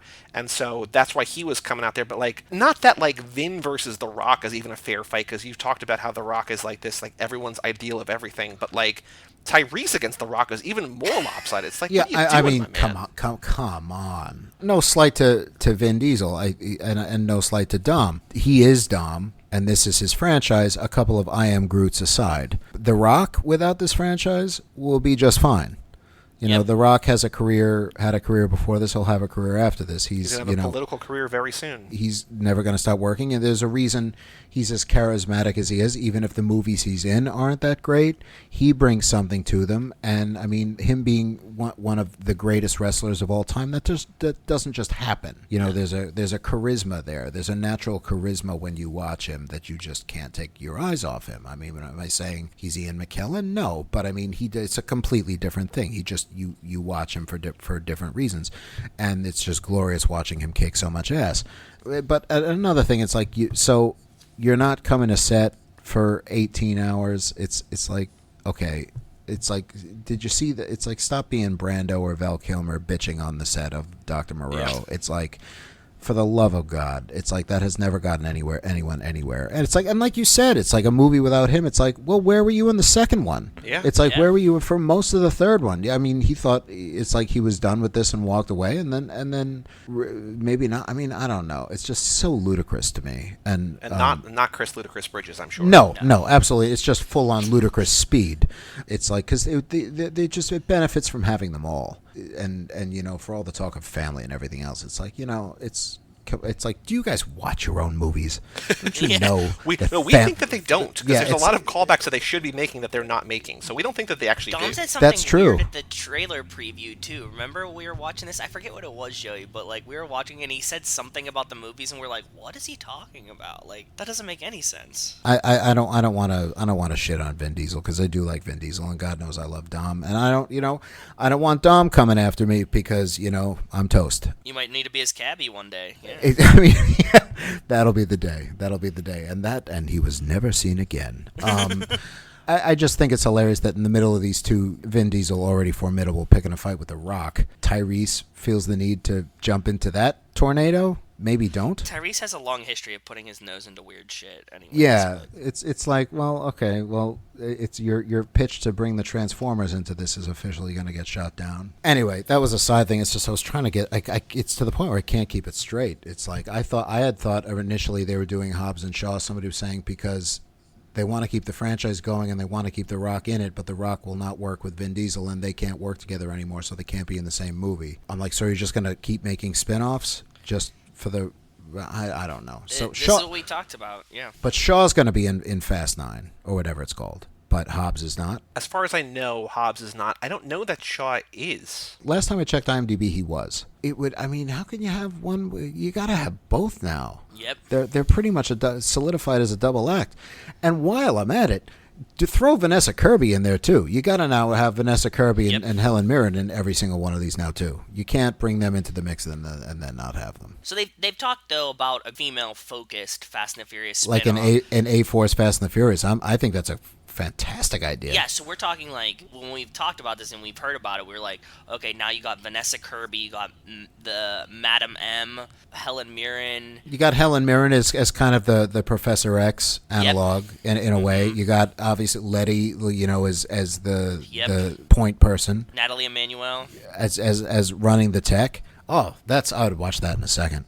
Same. I would watch that 17 times in the theater. Now, is there anything else about this movie? Because we've got a couple games, we've got a character quiz, we've got a couple games that we're going to play. Is there anything else about this movie that you could not live with yourself if you did not talk about? Any of their favorite moments or characters or any parts about Fate of the Furious that we have not covered yet? Because I have a couple more really quick things. Talking about when you mentioned Cipher and that she we don't really know what the point was or what her deal was, and she kind of just, pulls a Blofeld out the plane and, to villainize again. I mean, personally, I get the feeling that she's working for somebody. I like her as a villain. I also just generally like Charlize, so boy, do we have a podcast for you. And so she shows. I thought she was good. I'd be remiss if I didn't mention the thing where it's just such a classic moment. It's Dom says, "I've learned one thing about you, Cipher," and then he proceeds to rattle off 15 things. And I'm like, you said you learned one thing. It sounds like you learned a lot. You dye your hair. That's not your real eye color. You're afraid of this. You don't like this. You're allergic to nuts. And I'm like, oh my! It's like, wow. It's like that is not one thing, Dom. Yeah, if he had preempted that by saying, "I learned one thing. You're fake, and here's the points," but he doesn't say it like that. He's just like, you're fake. Here's and one thing. Yeah, it's like I've learned one thing about you, and then he says 15 things. I'm like, okay. I guess it was like, you know what? I've learned 15 things about you, and here they are in sequential order. But I think she's definitely working for somebody, and I'm wondering who. You mentioned Thanos before, and no, it's not Chris. I can't believe he said that. And of course, I mean, he didn't propose it, but you said that, and I guarantee you he was like, oh, he was all about it. Oh, of course he was. It's like, because he would never say it himself. He'd let somebody else say it first, and then he'd celebrate it. We were all too quick to give him the opportunity. Yeah, so forget about Anthony Hopkins and that whole storyline and how he, forget about that. But sure. Oh my, I can't wait to give him. I mean, look, if Anthony Hopkins wants, if Sir Anthony Hopkins wants to come on the podcast, we'll give him all the credit in the world. Chris I'll gave us ask a couple him. hours of his time, so I mean, you're going to be. He's Westworld, but people are over Westworld. Like the new hotness is the Men in Black International. I mean, you're come on. now It's totally, the linchpin it's, there. So it's you're totally. a new. Do you want to be with the past or you want to be with the future? It's like, exactly. Which horse are you going to ride? Let's it's go like to space. Aliens and everything else. And talk about, that would be another get, Anthony Hopkins. Can you imagine him popping up somewhere? But I keep wondering, it's like, who are they ever going to do a Thanos-level villain in Fast and the Furious? It's like, well, we think it's either Cipher or whoever Cipher works for, because she's either got to be. I think it's who Cipher's working for somebody. I don't think so. Yeah, I don't think Cipher is the big bad. I think Cipher is the prelude to the big bad. But she's like second in command wherever she is. Yeah, I mean, she's damn good, and I think she's going to be in a lot of trouble with whoever she reports to. And I think, but who is that character? Who would play them? And there's got to be. I mean, because we've had. I mean, they all have good antagonists, and this would be one that does not turn good. Now, here's the thought for you, and this is the other one of the other big questions that we've had. Do you think she is in line with Etion, the company, the villainous company in Hobbs and Shaw, or is she a separate company? Like, is she in the same organization as like Brixton, or are they competing? Because it feels like they're all techie, but it could be either like an Amazon versus Apple thing, or it could be that they're all in the same group. Possible. I mean, that's really interesting. I think they could be separate groups and then have to like combine their forces out of necessity. I think would be interesting. If she then, it's like, look, we hate each other, we're competitors, but now our missions are aligned, we have to do this. Or it would be also interesting if they were both, just kind of in the same bucket from If the she beginning. worked for Etion, yeah. Yeah, that would be an interesting tie-in. Or if that was just one of whoever this Fast and Furious Sauron is, that just ties into whatever the Hydra network that they've created, and you find out that kind of all of these they've already kind of done it through her. It's like a lot of the villains have tied back to her. It's like, so who does she tie back to? And that's just a feeling. I mean, if they say, no, she's the big bad, then it's like, okay. But I get the feeling that she's going to report to somebody, and she is also going to turn and join the team at some point. That's going to be a much harder one to accept. It's like, I don't see Dom inviting her to that picnic anytime soon. No, she had Tormund gun Elsa Pataki down. She ain't joining the team. That's somebody that, like, the big bad, to prove a point of how big and bad they are, would then shoot her in the head. Once they have everything I need from Cipher, she goes down. I don't have a clue what that character is. I'm wondering if anyone does. Or if it's somebody we've already met and we just didn't know. I think it's the head of Etion. We've been pitching lately. We've definitely asked our fans and everyone, like, who do you think the head of Etion is? Recently, we were getting to the point where, like, we don't have a consensus. We don't have a consensus. We don't have like a theory. Like, we're still workshopping it. We're still workshopping it. But the latest one, we see John Cena is Dom's brother, and we're like, somehow, since we never see a body, we know that Dom's dad might be alive. So who could be Dom's dad, and could he be the ultimate villain that Dom has to fight his father, right? Because we do brother in 9, the father in 10, and we were like, oh, Harrison Ford would be like a great guy to be like, Dom has to fight his father. Especially Harrison Ford as his character from American Graffiti. Yes. I mean, anytime you can get Harrison Ford, that's great. I mean, I believe when asked about it, Harrison's exact quote was, I don't care. But it's like, whoever would play Toretto's father, it's like, it would have to be some action legend, wouldn't it? It would have to be like not any of these guys, but someone like a Stallone or Schwarzenegger, or not neither of those guys, but it would have to be like a legend. That's interesting. It's like, it's the one thing about family they haven't explored. It's like, and now he's like all but fought his own clone, right? Which is why we're not sure. It's like, and now he has to fight his father. But that's a little Star Wars, isn't it? I mean, there's nothing wrong with that. If we're gonna steal from the best, it's possible. I mean, it's interesting that if that was tied into the big bad, that's introduced in ostensibly a spin-off film. But we think they have to reconvene. Hobbs and Shaw has to come back for 10 if they're going to ultimately end at 10. Absolutely. I mean, are they going to end at 10, or are they going to keep doing like another 10 more? They said they're going to end definitively at 10, but then have spin-offs.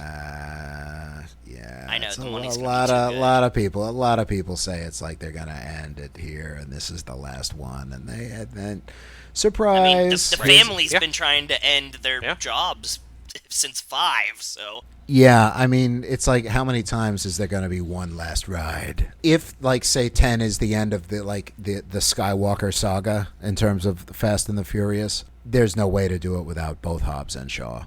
As I see it, there's no way. I don't see. I'm at the point now, I don't see any of these movies not having the two of them. Like, they're just such. They're just such a big part of it. Because my favorite new theory is that all of this, the public fight on 8, the spin-off in Hobbs and Shaw, it's all a wrestling stunt. That it's all planned. Oh, yeah. I would love that. I really hope so. And I love stuff like that. And I really hope that, as much as I wouldn't even be mad. I would be like, because if that was all for show, and it shows up, just and clap. The Rock does show up in 9, and it was like, that was all a ruse. It's like, what a long con, for one thing, made even longer because of a global pandemic that's probably playing this out. And yet Tyrese was not in on it. He had no idea that it was a con. It's like it's like, so real. And Tyrese, you played your part well. It's like, yeah, that was a part. He just is Roman in real life. Like, yeah, I knew it all along. It's my idea. I told you to use God's eye. Are they building Eastwood up to be the new Paul Walker? I hope not. He's so boring. If I don't hate him, and I like that he kind of embraces, he's like, they call him little nobody, and he's like, because he is. But if they bring in Mia and then have the two of them hook up, it'll be like, what are you doing? No, they can't do it. They No. can't, even in the movie world, like, they can't have them. We're biased against him here only because Joe and I before this did a whole podcast about Zac Efron and did all his movies, and like Zac Efron's such a more interesting dynamic actor for that exact type of part than Scott Eastwood. Yeah, Like, he is. And Right? you know what? The thing about Efron is he's got his head in the game. thank you for the High School Musical reference. Yeah. Oh yeah. I appreciate it. No, he bops to the top, and He does bob to the top. You can bet on it. Sometimes he's got to go his own way, but he certainly doesn't stay with the status quo. No, Man, this is whew. he would be great as a fit with that.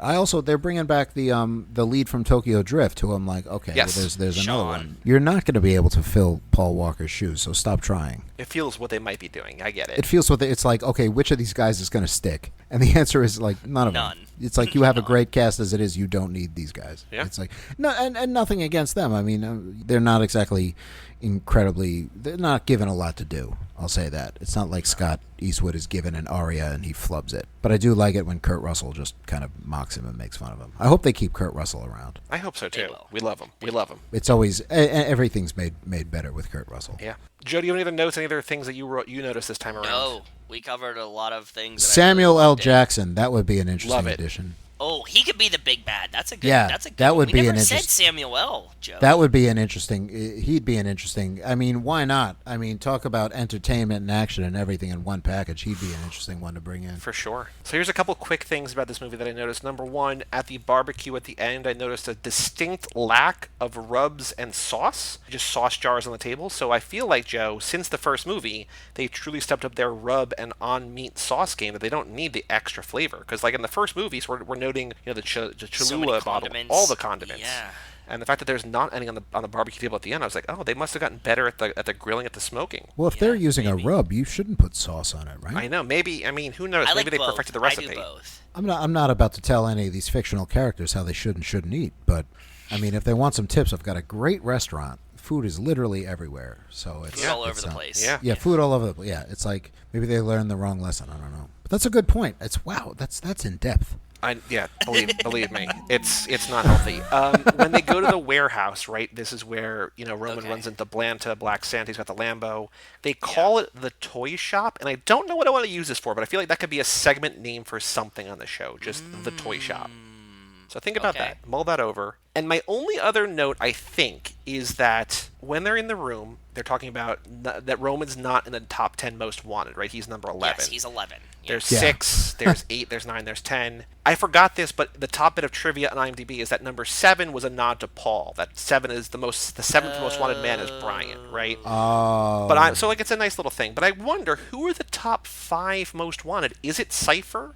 Is Chipper. it Brixton? Chipper's up there. Chipper's up there. Is it Brixton? Is it Shaw? Is it both Shaws? Like, are the top 5? I mean, I guess there's a thing that like you don't want these guys to be the 5. Like they're the heroes of our story, but they're also not like the most wanted people in the world. They're just like some of the most wanted people. Like, but who are the top 5? Are they the villains that we have seen?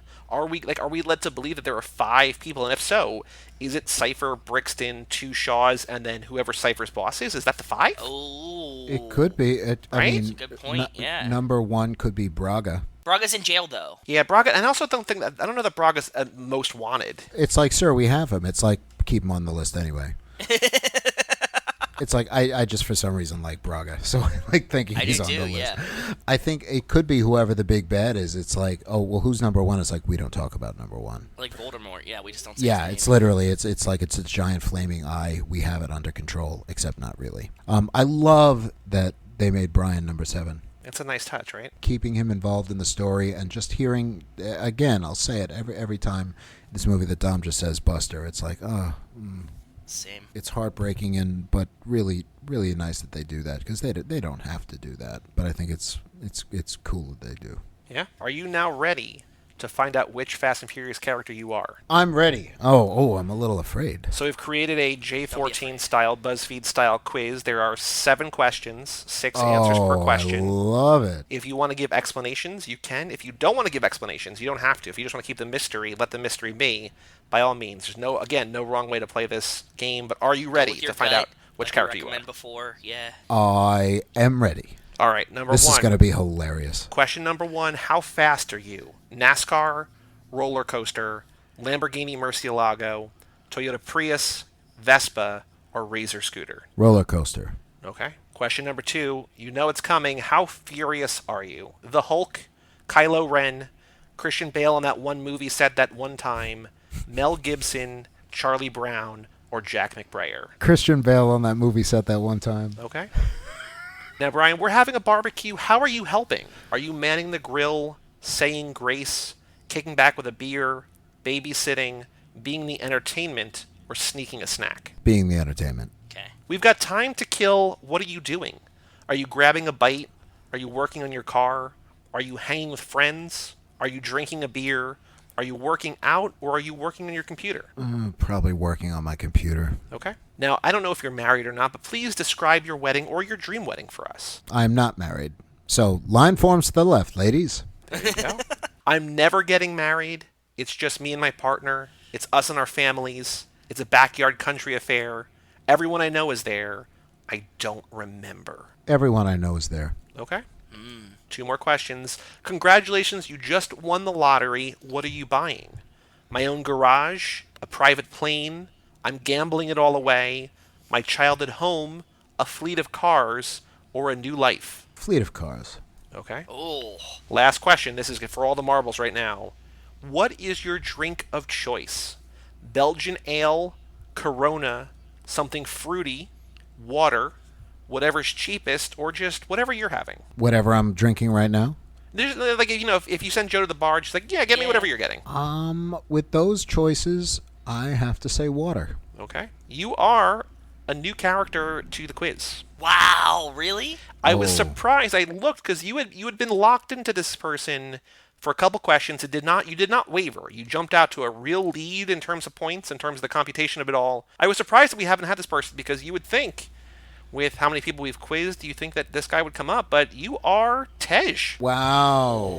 So here's the description. Here's the write-up for Tej, as written by listener Wes Hampton. Brian, you've got the heart of a racer, but the mind of a hacker, and are equally fascinated by the latest tech and how to improve on it as a classic engine. You don't shy away from the tough jobs, but you know you don't have anything to prove, so you're just as happy making sure your family has the things they need to accomplish their goals. Other people look at the big picture, but your strength is figuring out the details to make that big picture possible, and you drive like the wind blows. Do you think that Wow. describes you? Is that you? I mean, no. Absolutely not. That is epic, awesome, and totally badass shit. I am none of those things. Okay, But in I that mean, sense. I'd love to be those things.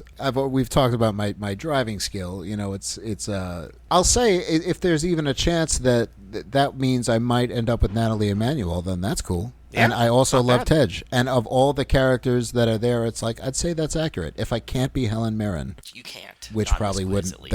at least. That's fair. Who's the second closest? Oh, that's a good question. Let me take a look. Hang on. I would say Roman, yeah? Actually, no. It's somebody we've had before. Your second most likely was Twinkie. Oh, okay. I'm happy with Tej. I love Tej. He's one of my. He's definitely in my top 5 Fast and Furious characters, and I love. I'd be happy if one day it'd be a weird ass movie and one weird ass thing to happen in my life. If somebody came up to me and is like, "There's going to be a movie about you and Ludacris is going to play you," I'd be like, "Okay, I'm just going to go with this." Yeah. I can't even imagine what. Have you guys heard what the that would be like. story of when Danny McBride says that he went to visit Kanye and Kanye wanted to play him in his biography? Wanted to play Danny McBride? Kanye wanted Danny McBride to play Kanye in Kanye's biography. Oh no, Kanye came to visit Danny McBride. He just called him and was like, "Yo, let's hang out." And he's like, "I'm in North Carolina." He's like, "I'll be there tomorrow," and just hangs up the phone. And then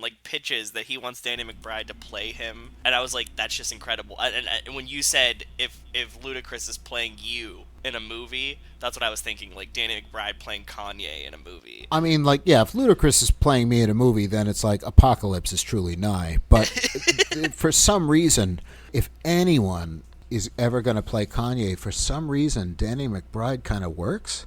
It makes But, the most sense, though, Yeah, right? not even Danny McBride, but kind of Kenny Powers. Yeah. It's like a Danny McBride character and just saying Kanye things, and it's and that's it. Not even a costume change or anything. I want him to be Kenny Powers. Yeah. Just saying Kanye Just things. starring Danny McBride as Kenny Powers as Kanye in Kanye. Like directed by Werner Herzog. Oh, yes, please.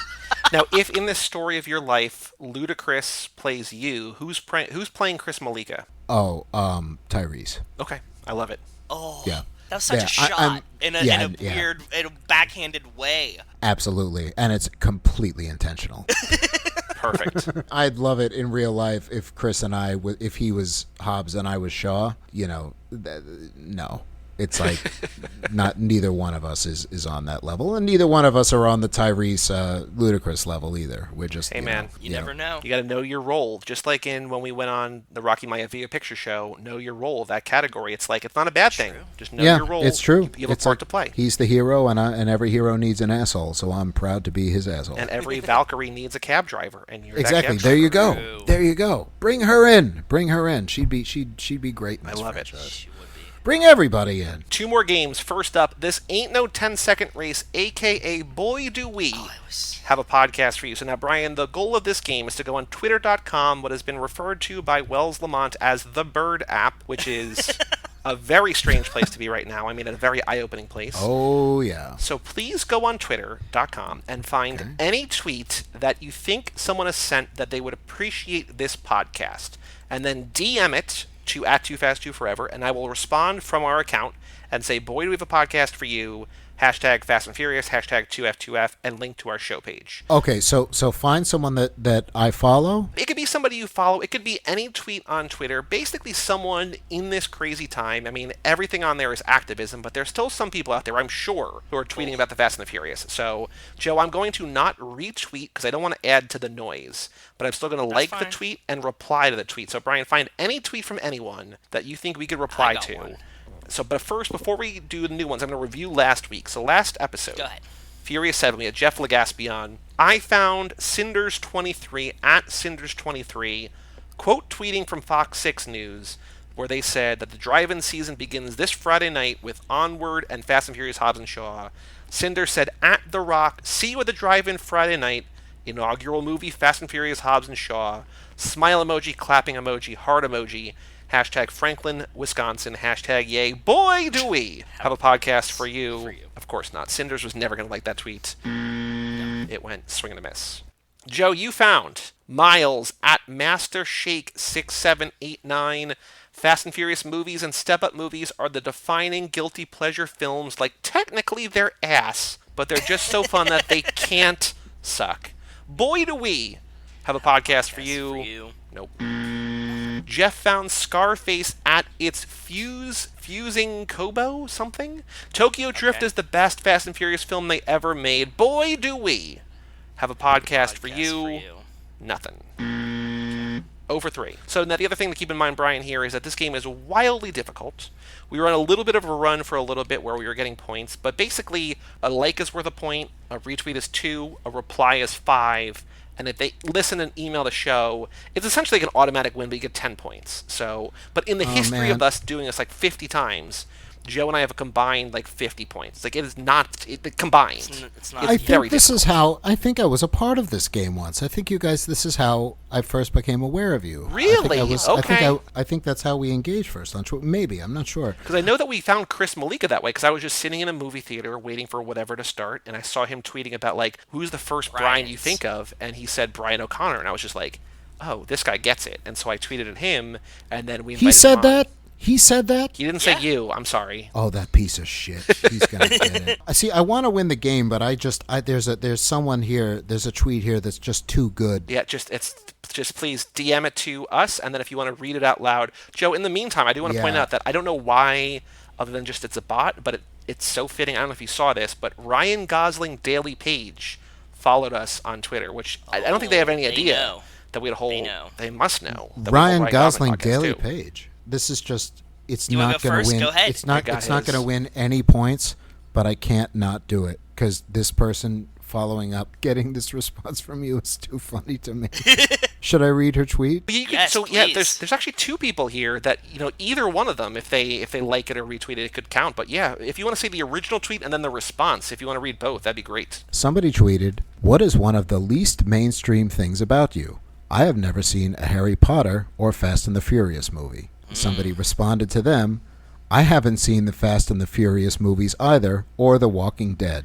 Well, Lavetta J. Phillips at Boy. Love T. Toloka? I don't know how to pronounce that. Boy, do we have a podcast for you. I mean, Yes. we don't at all, but we I also know. do. That's why I can't. That's why I couldn't resist. Oh, we've tried everything, brother. This is good. This is up there. Yeah. All right, Joe, who's yours? I mean, maybe this will please? be the thing. I found Milk of the Poppy, PAPI, at ya boy Roshi. The tweet is, at this point, I'm convinced the Fast and the Furious crew could take out a Death Star with the right vehicles and potentially even take down Thanos, in parentheses, Chris Malika, but not with prep time. Oh, I see what you did there. Boy, Oh, do we yeah. have a podcast for you? Yeah. Okay, yeah. That reminds me of, as long as they have enough preparation, they could take it on. It's like that old joke of who would win, Kevin McAllister or the Predator, and the response is, well, how much prep time does Kevin have? Exactly. I'm going to take a fucking moonshot here. Why not? I searched the thing. This is the first thing that came up. Found a tweet from a couple months back from Sung Kang at Sung Kang. I'm still in awe from all the love the Fast family has shown me. Hashtag justice for Han. Boy, do we have a podcast for you, Sung Kang. Sung Kang. Oh, that would be a good get. I mean, that would I be... know. We love you, Brian, but you're not Han. I mean, that's... I mean, and to be fair, who is? But no, That's I'm not. that's what Han. I'm saying. Yeah, I'm not Yeah. on for sure. Yeah, So- I am most certainly not Han. Wow. Okay. Both of those are going to be are going to be so much more successful than mine. No, mine No, is they're going to... never successful, bro. Yeah. That's the whole point. Like, nothing works. It doesn't matter what we... It'll be like, reply here for a reply. And they still won't... Like, it Give doesn't me a matter. podcast to listen to. Boy, do we have a podcast Yeah. for you. Nothing. Like, just Yep. no Yeah. response. We've tried it with ours too. It's like, are there any good Star Wars podcasts out there? And fans have been like, yes, listen to this. And it's like, I don't know if they have or not, but there's no way to check really. Yeah. All right, one more game. Okay, up for it. It's called Dude, What's My Car? And so we mentioned this earlier very briefly, but I am not a car guy. Joe is, for most intents and purposes, a car guy. He knows a lot about cars, a lot more than me. We have listeners send in pictures of cars that I try to get Joe to guess based on my terrible descriptions. Not terrible on purpose, just terrible because I don't know cars.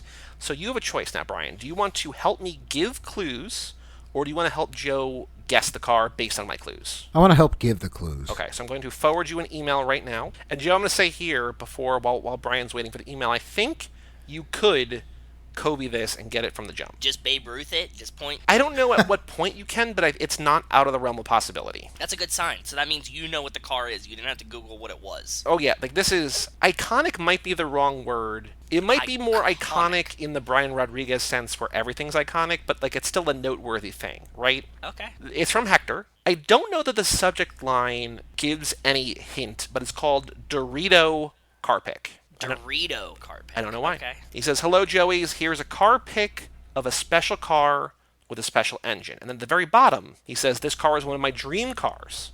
And I plan to get one to make it into a canyon carver, in parentheses, a weekend car. Gotta go, stay fast, and stay sanitized. Okay. The Fast and the Sanitized. That's the less popular franchise. Yes. Fast and the Sanitized. Yo, we're fucking sanitized. I'm going to say it. I can see why this is his dream car. Yeah, so now we want to give good clues. We don't want to just be like overt about it, but do you know this car or no? Do I? Yeah. Oh, no. Okay. So it's not that obvious, Joe, but like to us there's a connection here. So it is Okay. It's a Japanese car. This is a little bit of a spoiler. It is a car. It's a car. I've never given that clue. That's a level of a clue that I have not given before. It is a car. Joey usually starts with the color. That usually helps. So a it's lot. either silver or white or yellow, depending on which car which picture you're Okay. looking at. But Joe, it's Japanese. Do you want to Babe Ruth it? Do you want to take a home run, knowing Hector's tastes, knowing it's a Japanese car that I think you can get? Do you want to Canyon guess? Carver, the Dorito. If I had one guess, Yep. and I'm going, you guys heard it. This is all the clues that I got.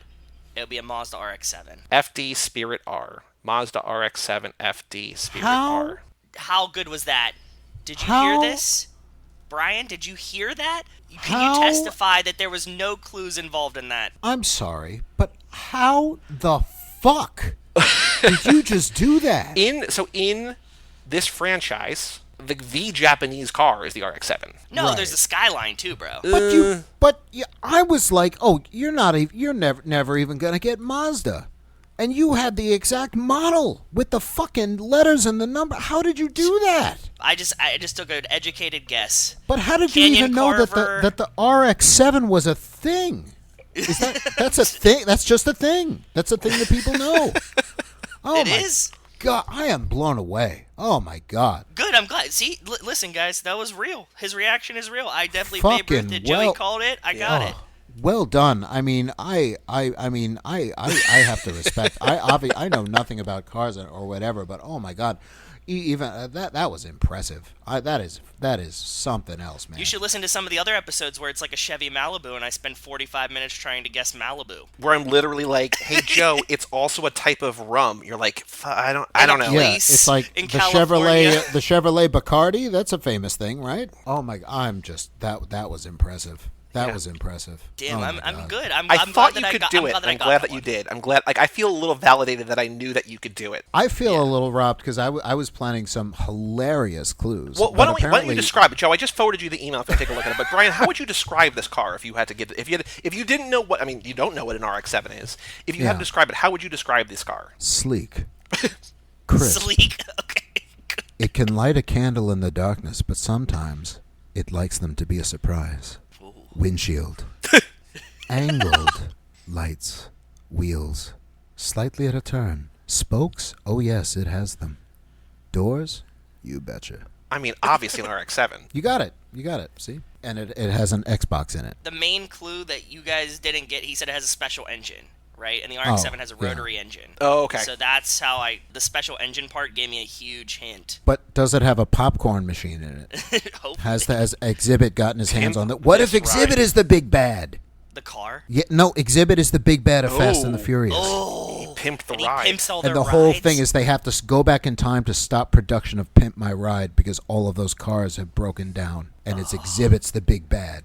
That's fan fiction that I want. I'm about it. Brian, first of all, thank you so much for joining us. This was a blast. Bro, that was Before Thanks you so go, much though, for having me. This is so much fun. Before you go, I can't not ask you about a thing. You've been in a bunch of things, a bunch of projects that I love. That you were in Kimmy Schmidt, you were in Red Oaks, which I love. But there's one thing that is very close to Joe's heart that you were in I one know. episode of, and I just want to know. hear the story about you playing prank reporter in the episode Comic Perversion of Law & Order SVU. Can you please tell us about Prank Reporter? before. I'm doing my background prep for Brian being our guest. That's not a thing. And I mentioned this to Rachel, and she goes, I know exactly what episode that is." Really? Wow. Huge SVU fans in this house. I've seen, through episode 15, through season 15, every episode multiple times. Well, that's where this is. This is season 15, episode 15. I just looked it up. Yeah, it's usually if you say it's the Jonathan Silverman episode, Oh, Jonathan Silverman. people will know which one you're talking about. It's funny because that was I had been auditioning for television and film for about a year. When I first got a manager, I had been in the city for a while, but I was mostly doing theater, and I hadn't been in any of the rooms before in front of the casting directors for film and TV. I didn't know how to audition for film and TV.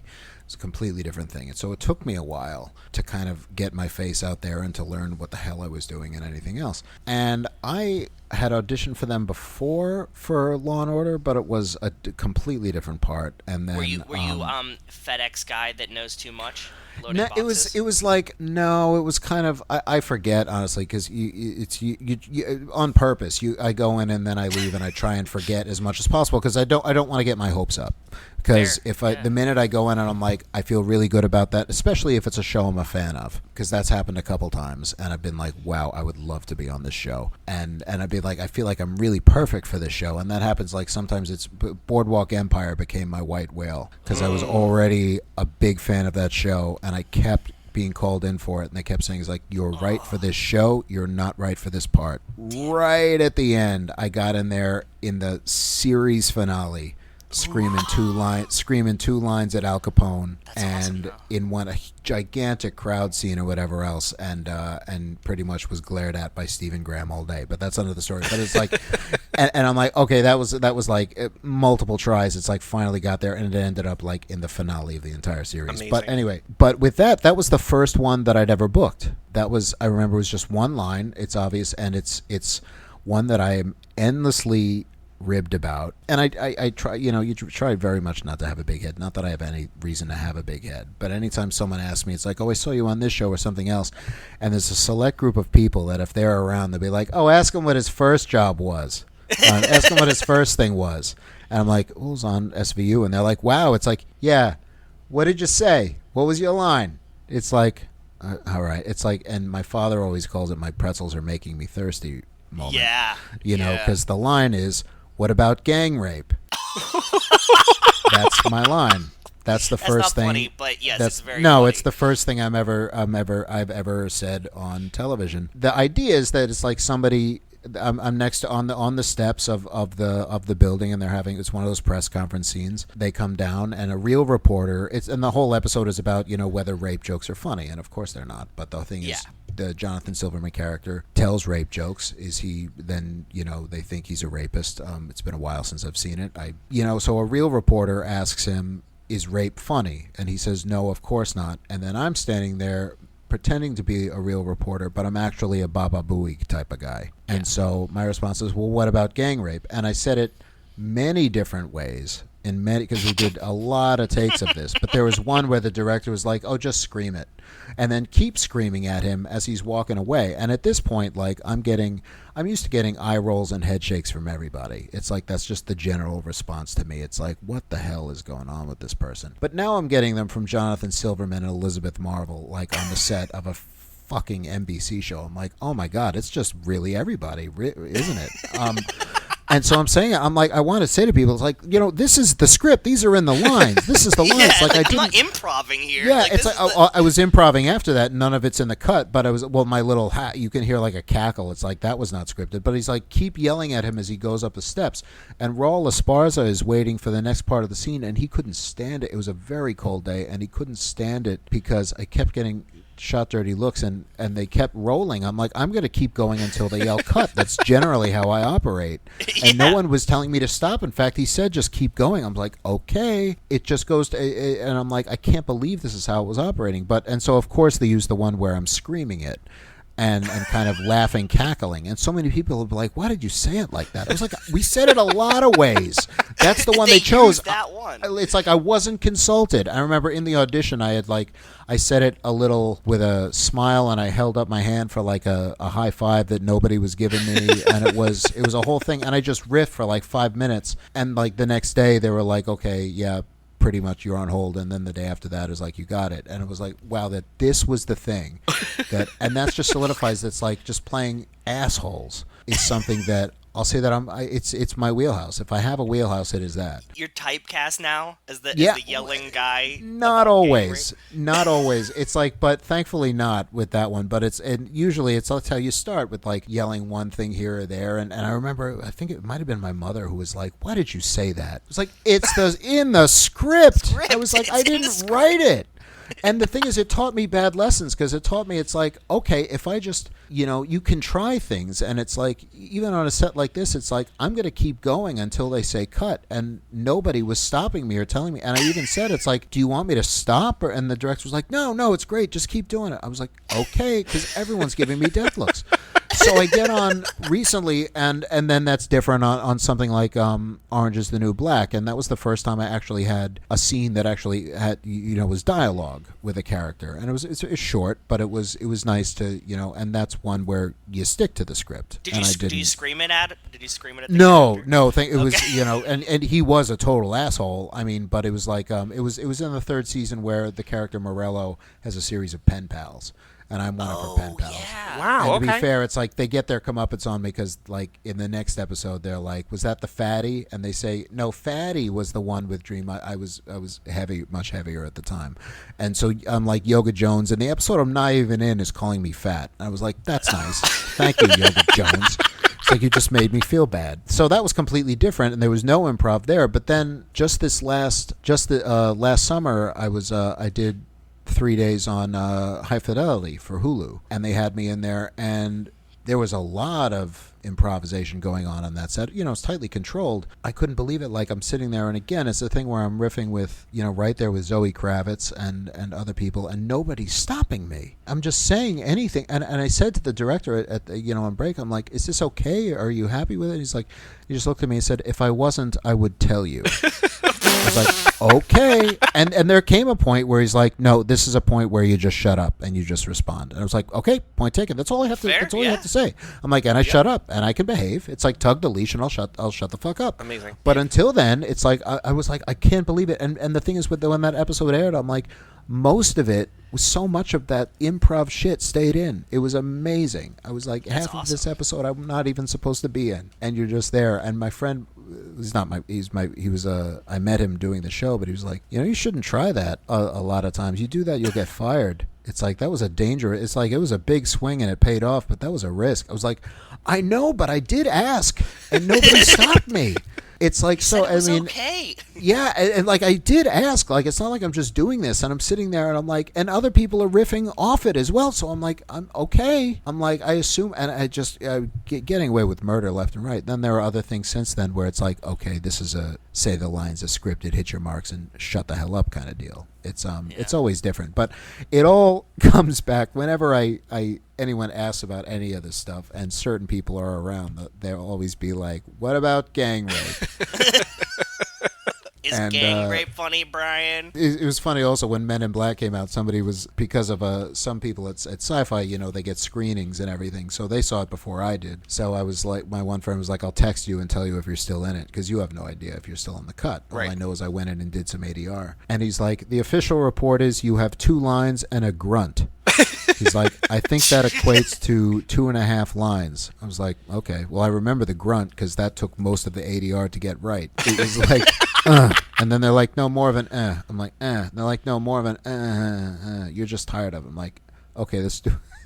It just gets really ridiculous. I love it. It's awesome. I love it. Yeah, that went on a little longer. That was about so much more than you asked. I apologize. no, it's No, wonderful. it was marvelous. But I'm glad- And I love all of your stories, brother. I'm glad that you circled back to Men in Black, because I will get to continue my thing now on this podcast is to plug Stars, and Men in Black International is streaming currently on Stars, so I know that as soon as I finish here, I'm going to go watch one scene in particular and then envision laps and I'm laps turning and on laps. as soon Is it as on we Stars? hang up here. I didn't even know it was on Stars. That's interesting.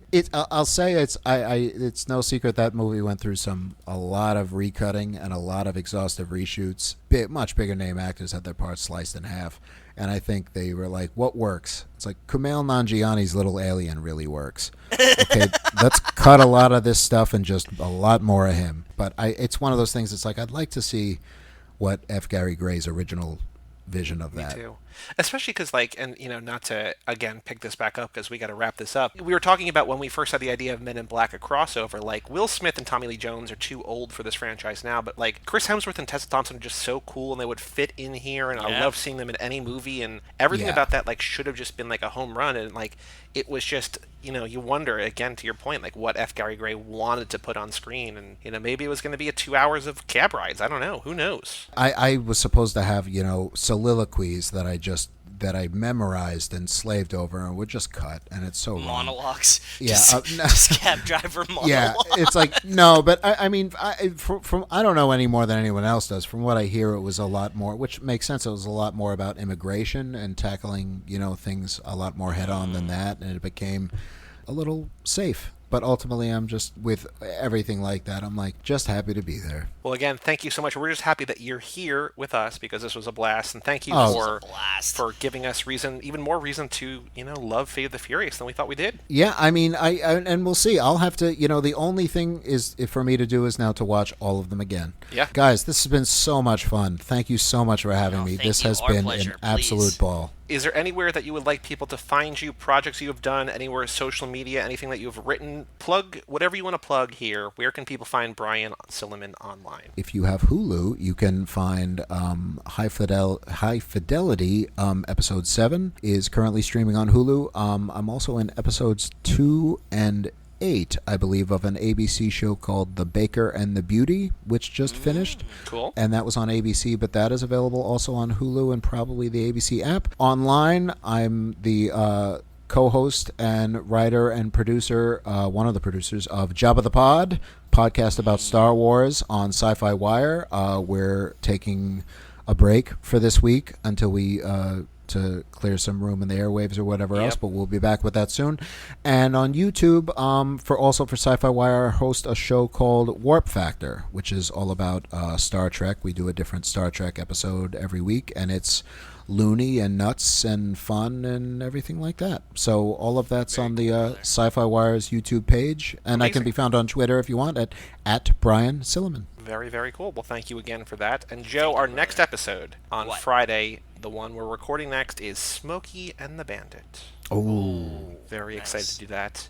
But for all things Too Fast, Too Forever, including all 98 episodes of this show. After Smoking the Bandit, the next one is episode 100, so we got some cool special stuff coming at you. Go to cageclub.me, facebook.com/toofast2forever, or at Too Fast, Too Forever on Twitter and Instagram. Email us, family@cageclub.me. Check out our Patreon page at toofast2forever.com. Decide what you want us to watch in future laps. I already hinted, I think in a recent episode, I left in the lap that I spoiled. I think I announced it again. Next lap, in case you missed those two clues. You did. It's not the entire theme, but next lap is, and Brian, this is for you too, Michelle Rodriguez lap. We are watching Michelle Rodriguez movies, in addition to other things, between the Fast and Furious movies. So here for it. Very excited.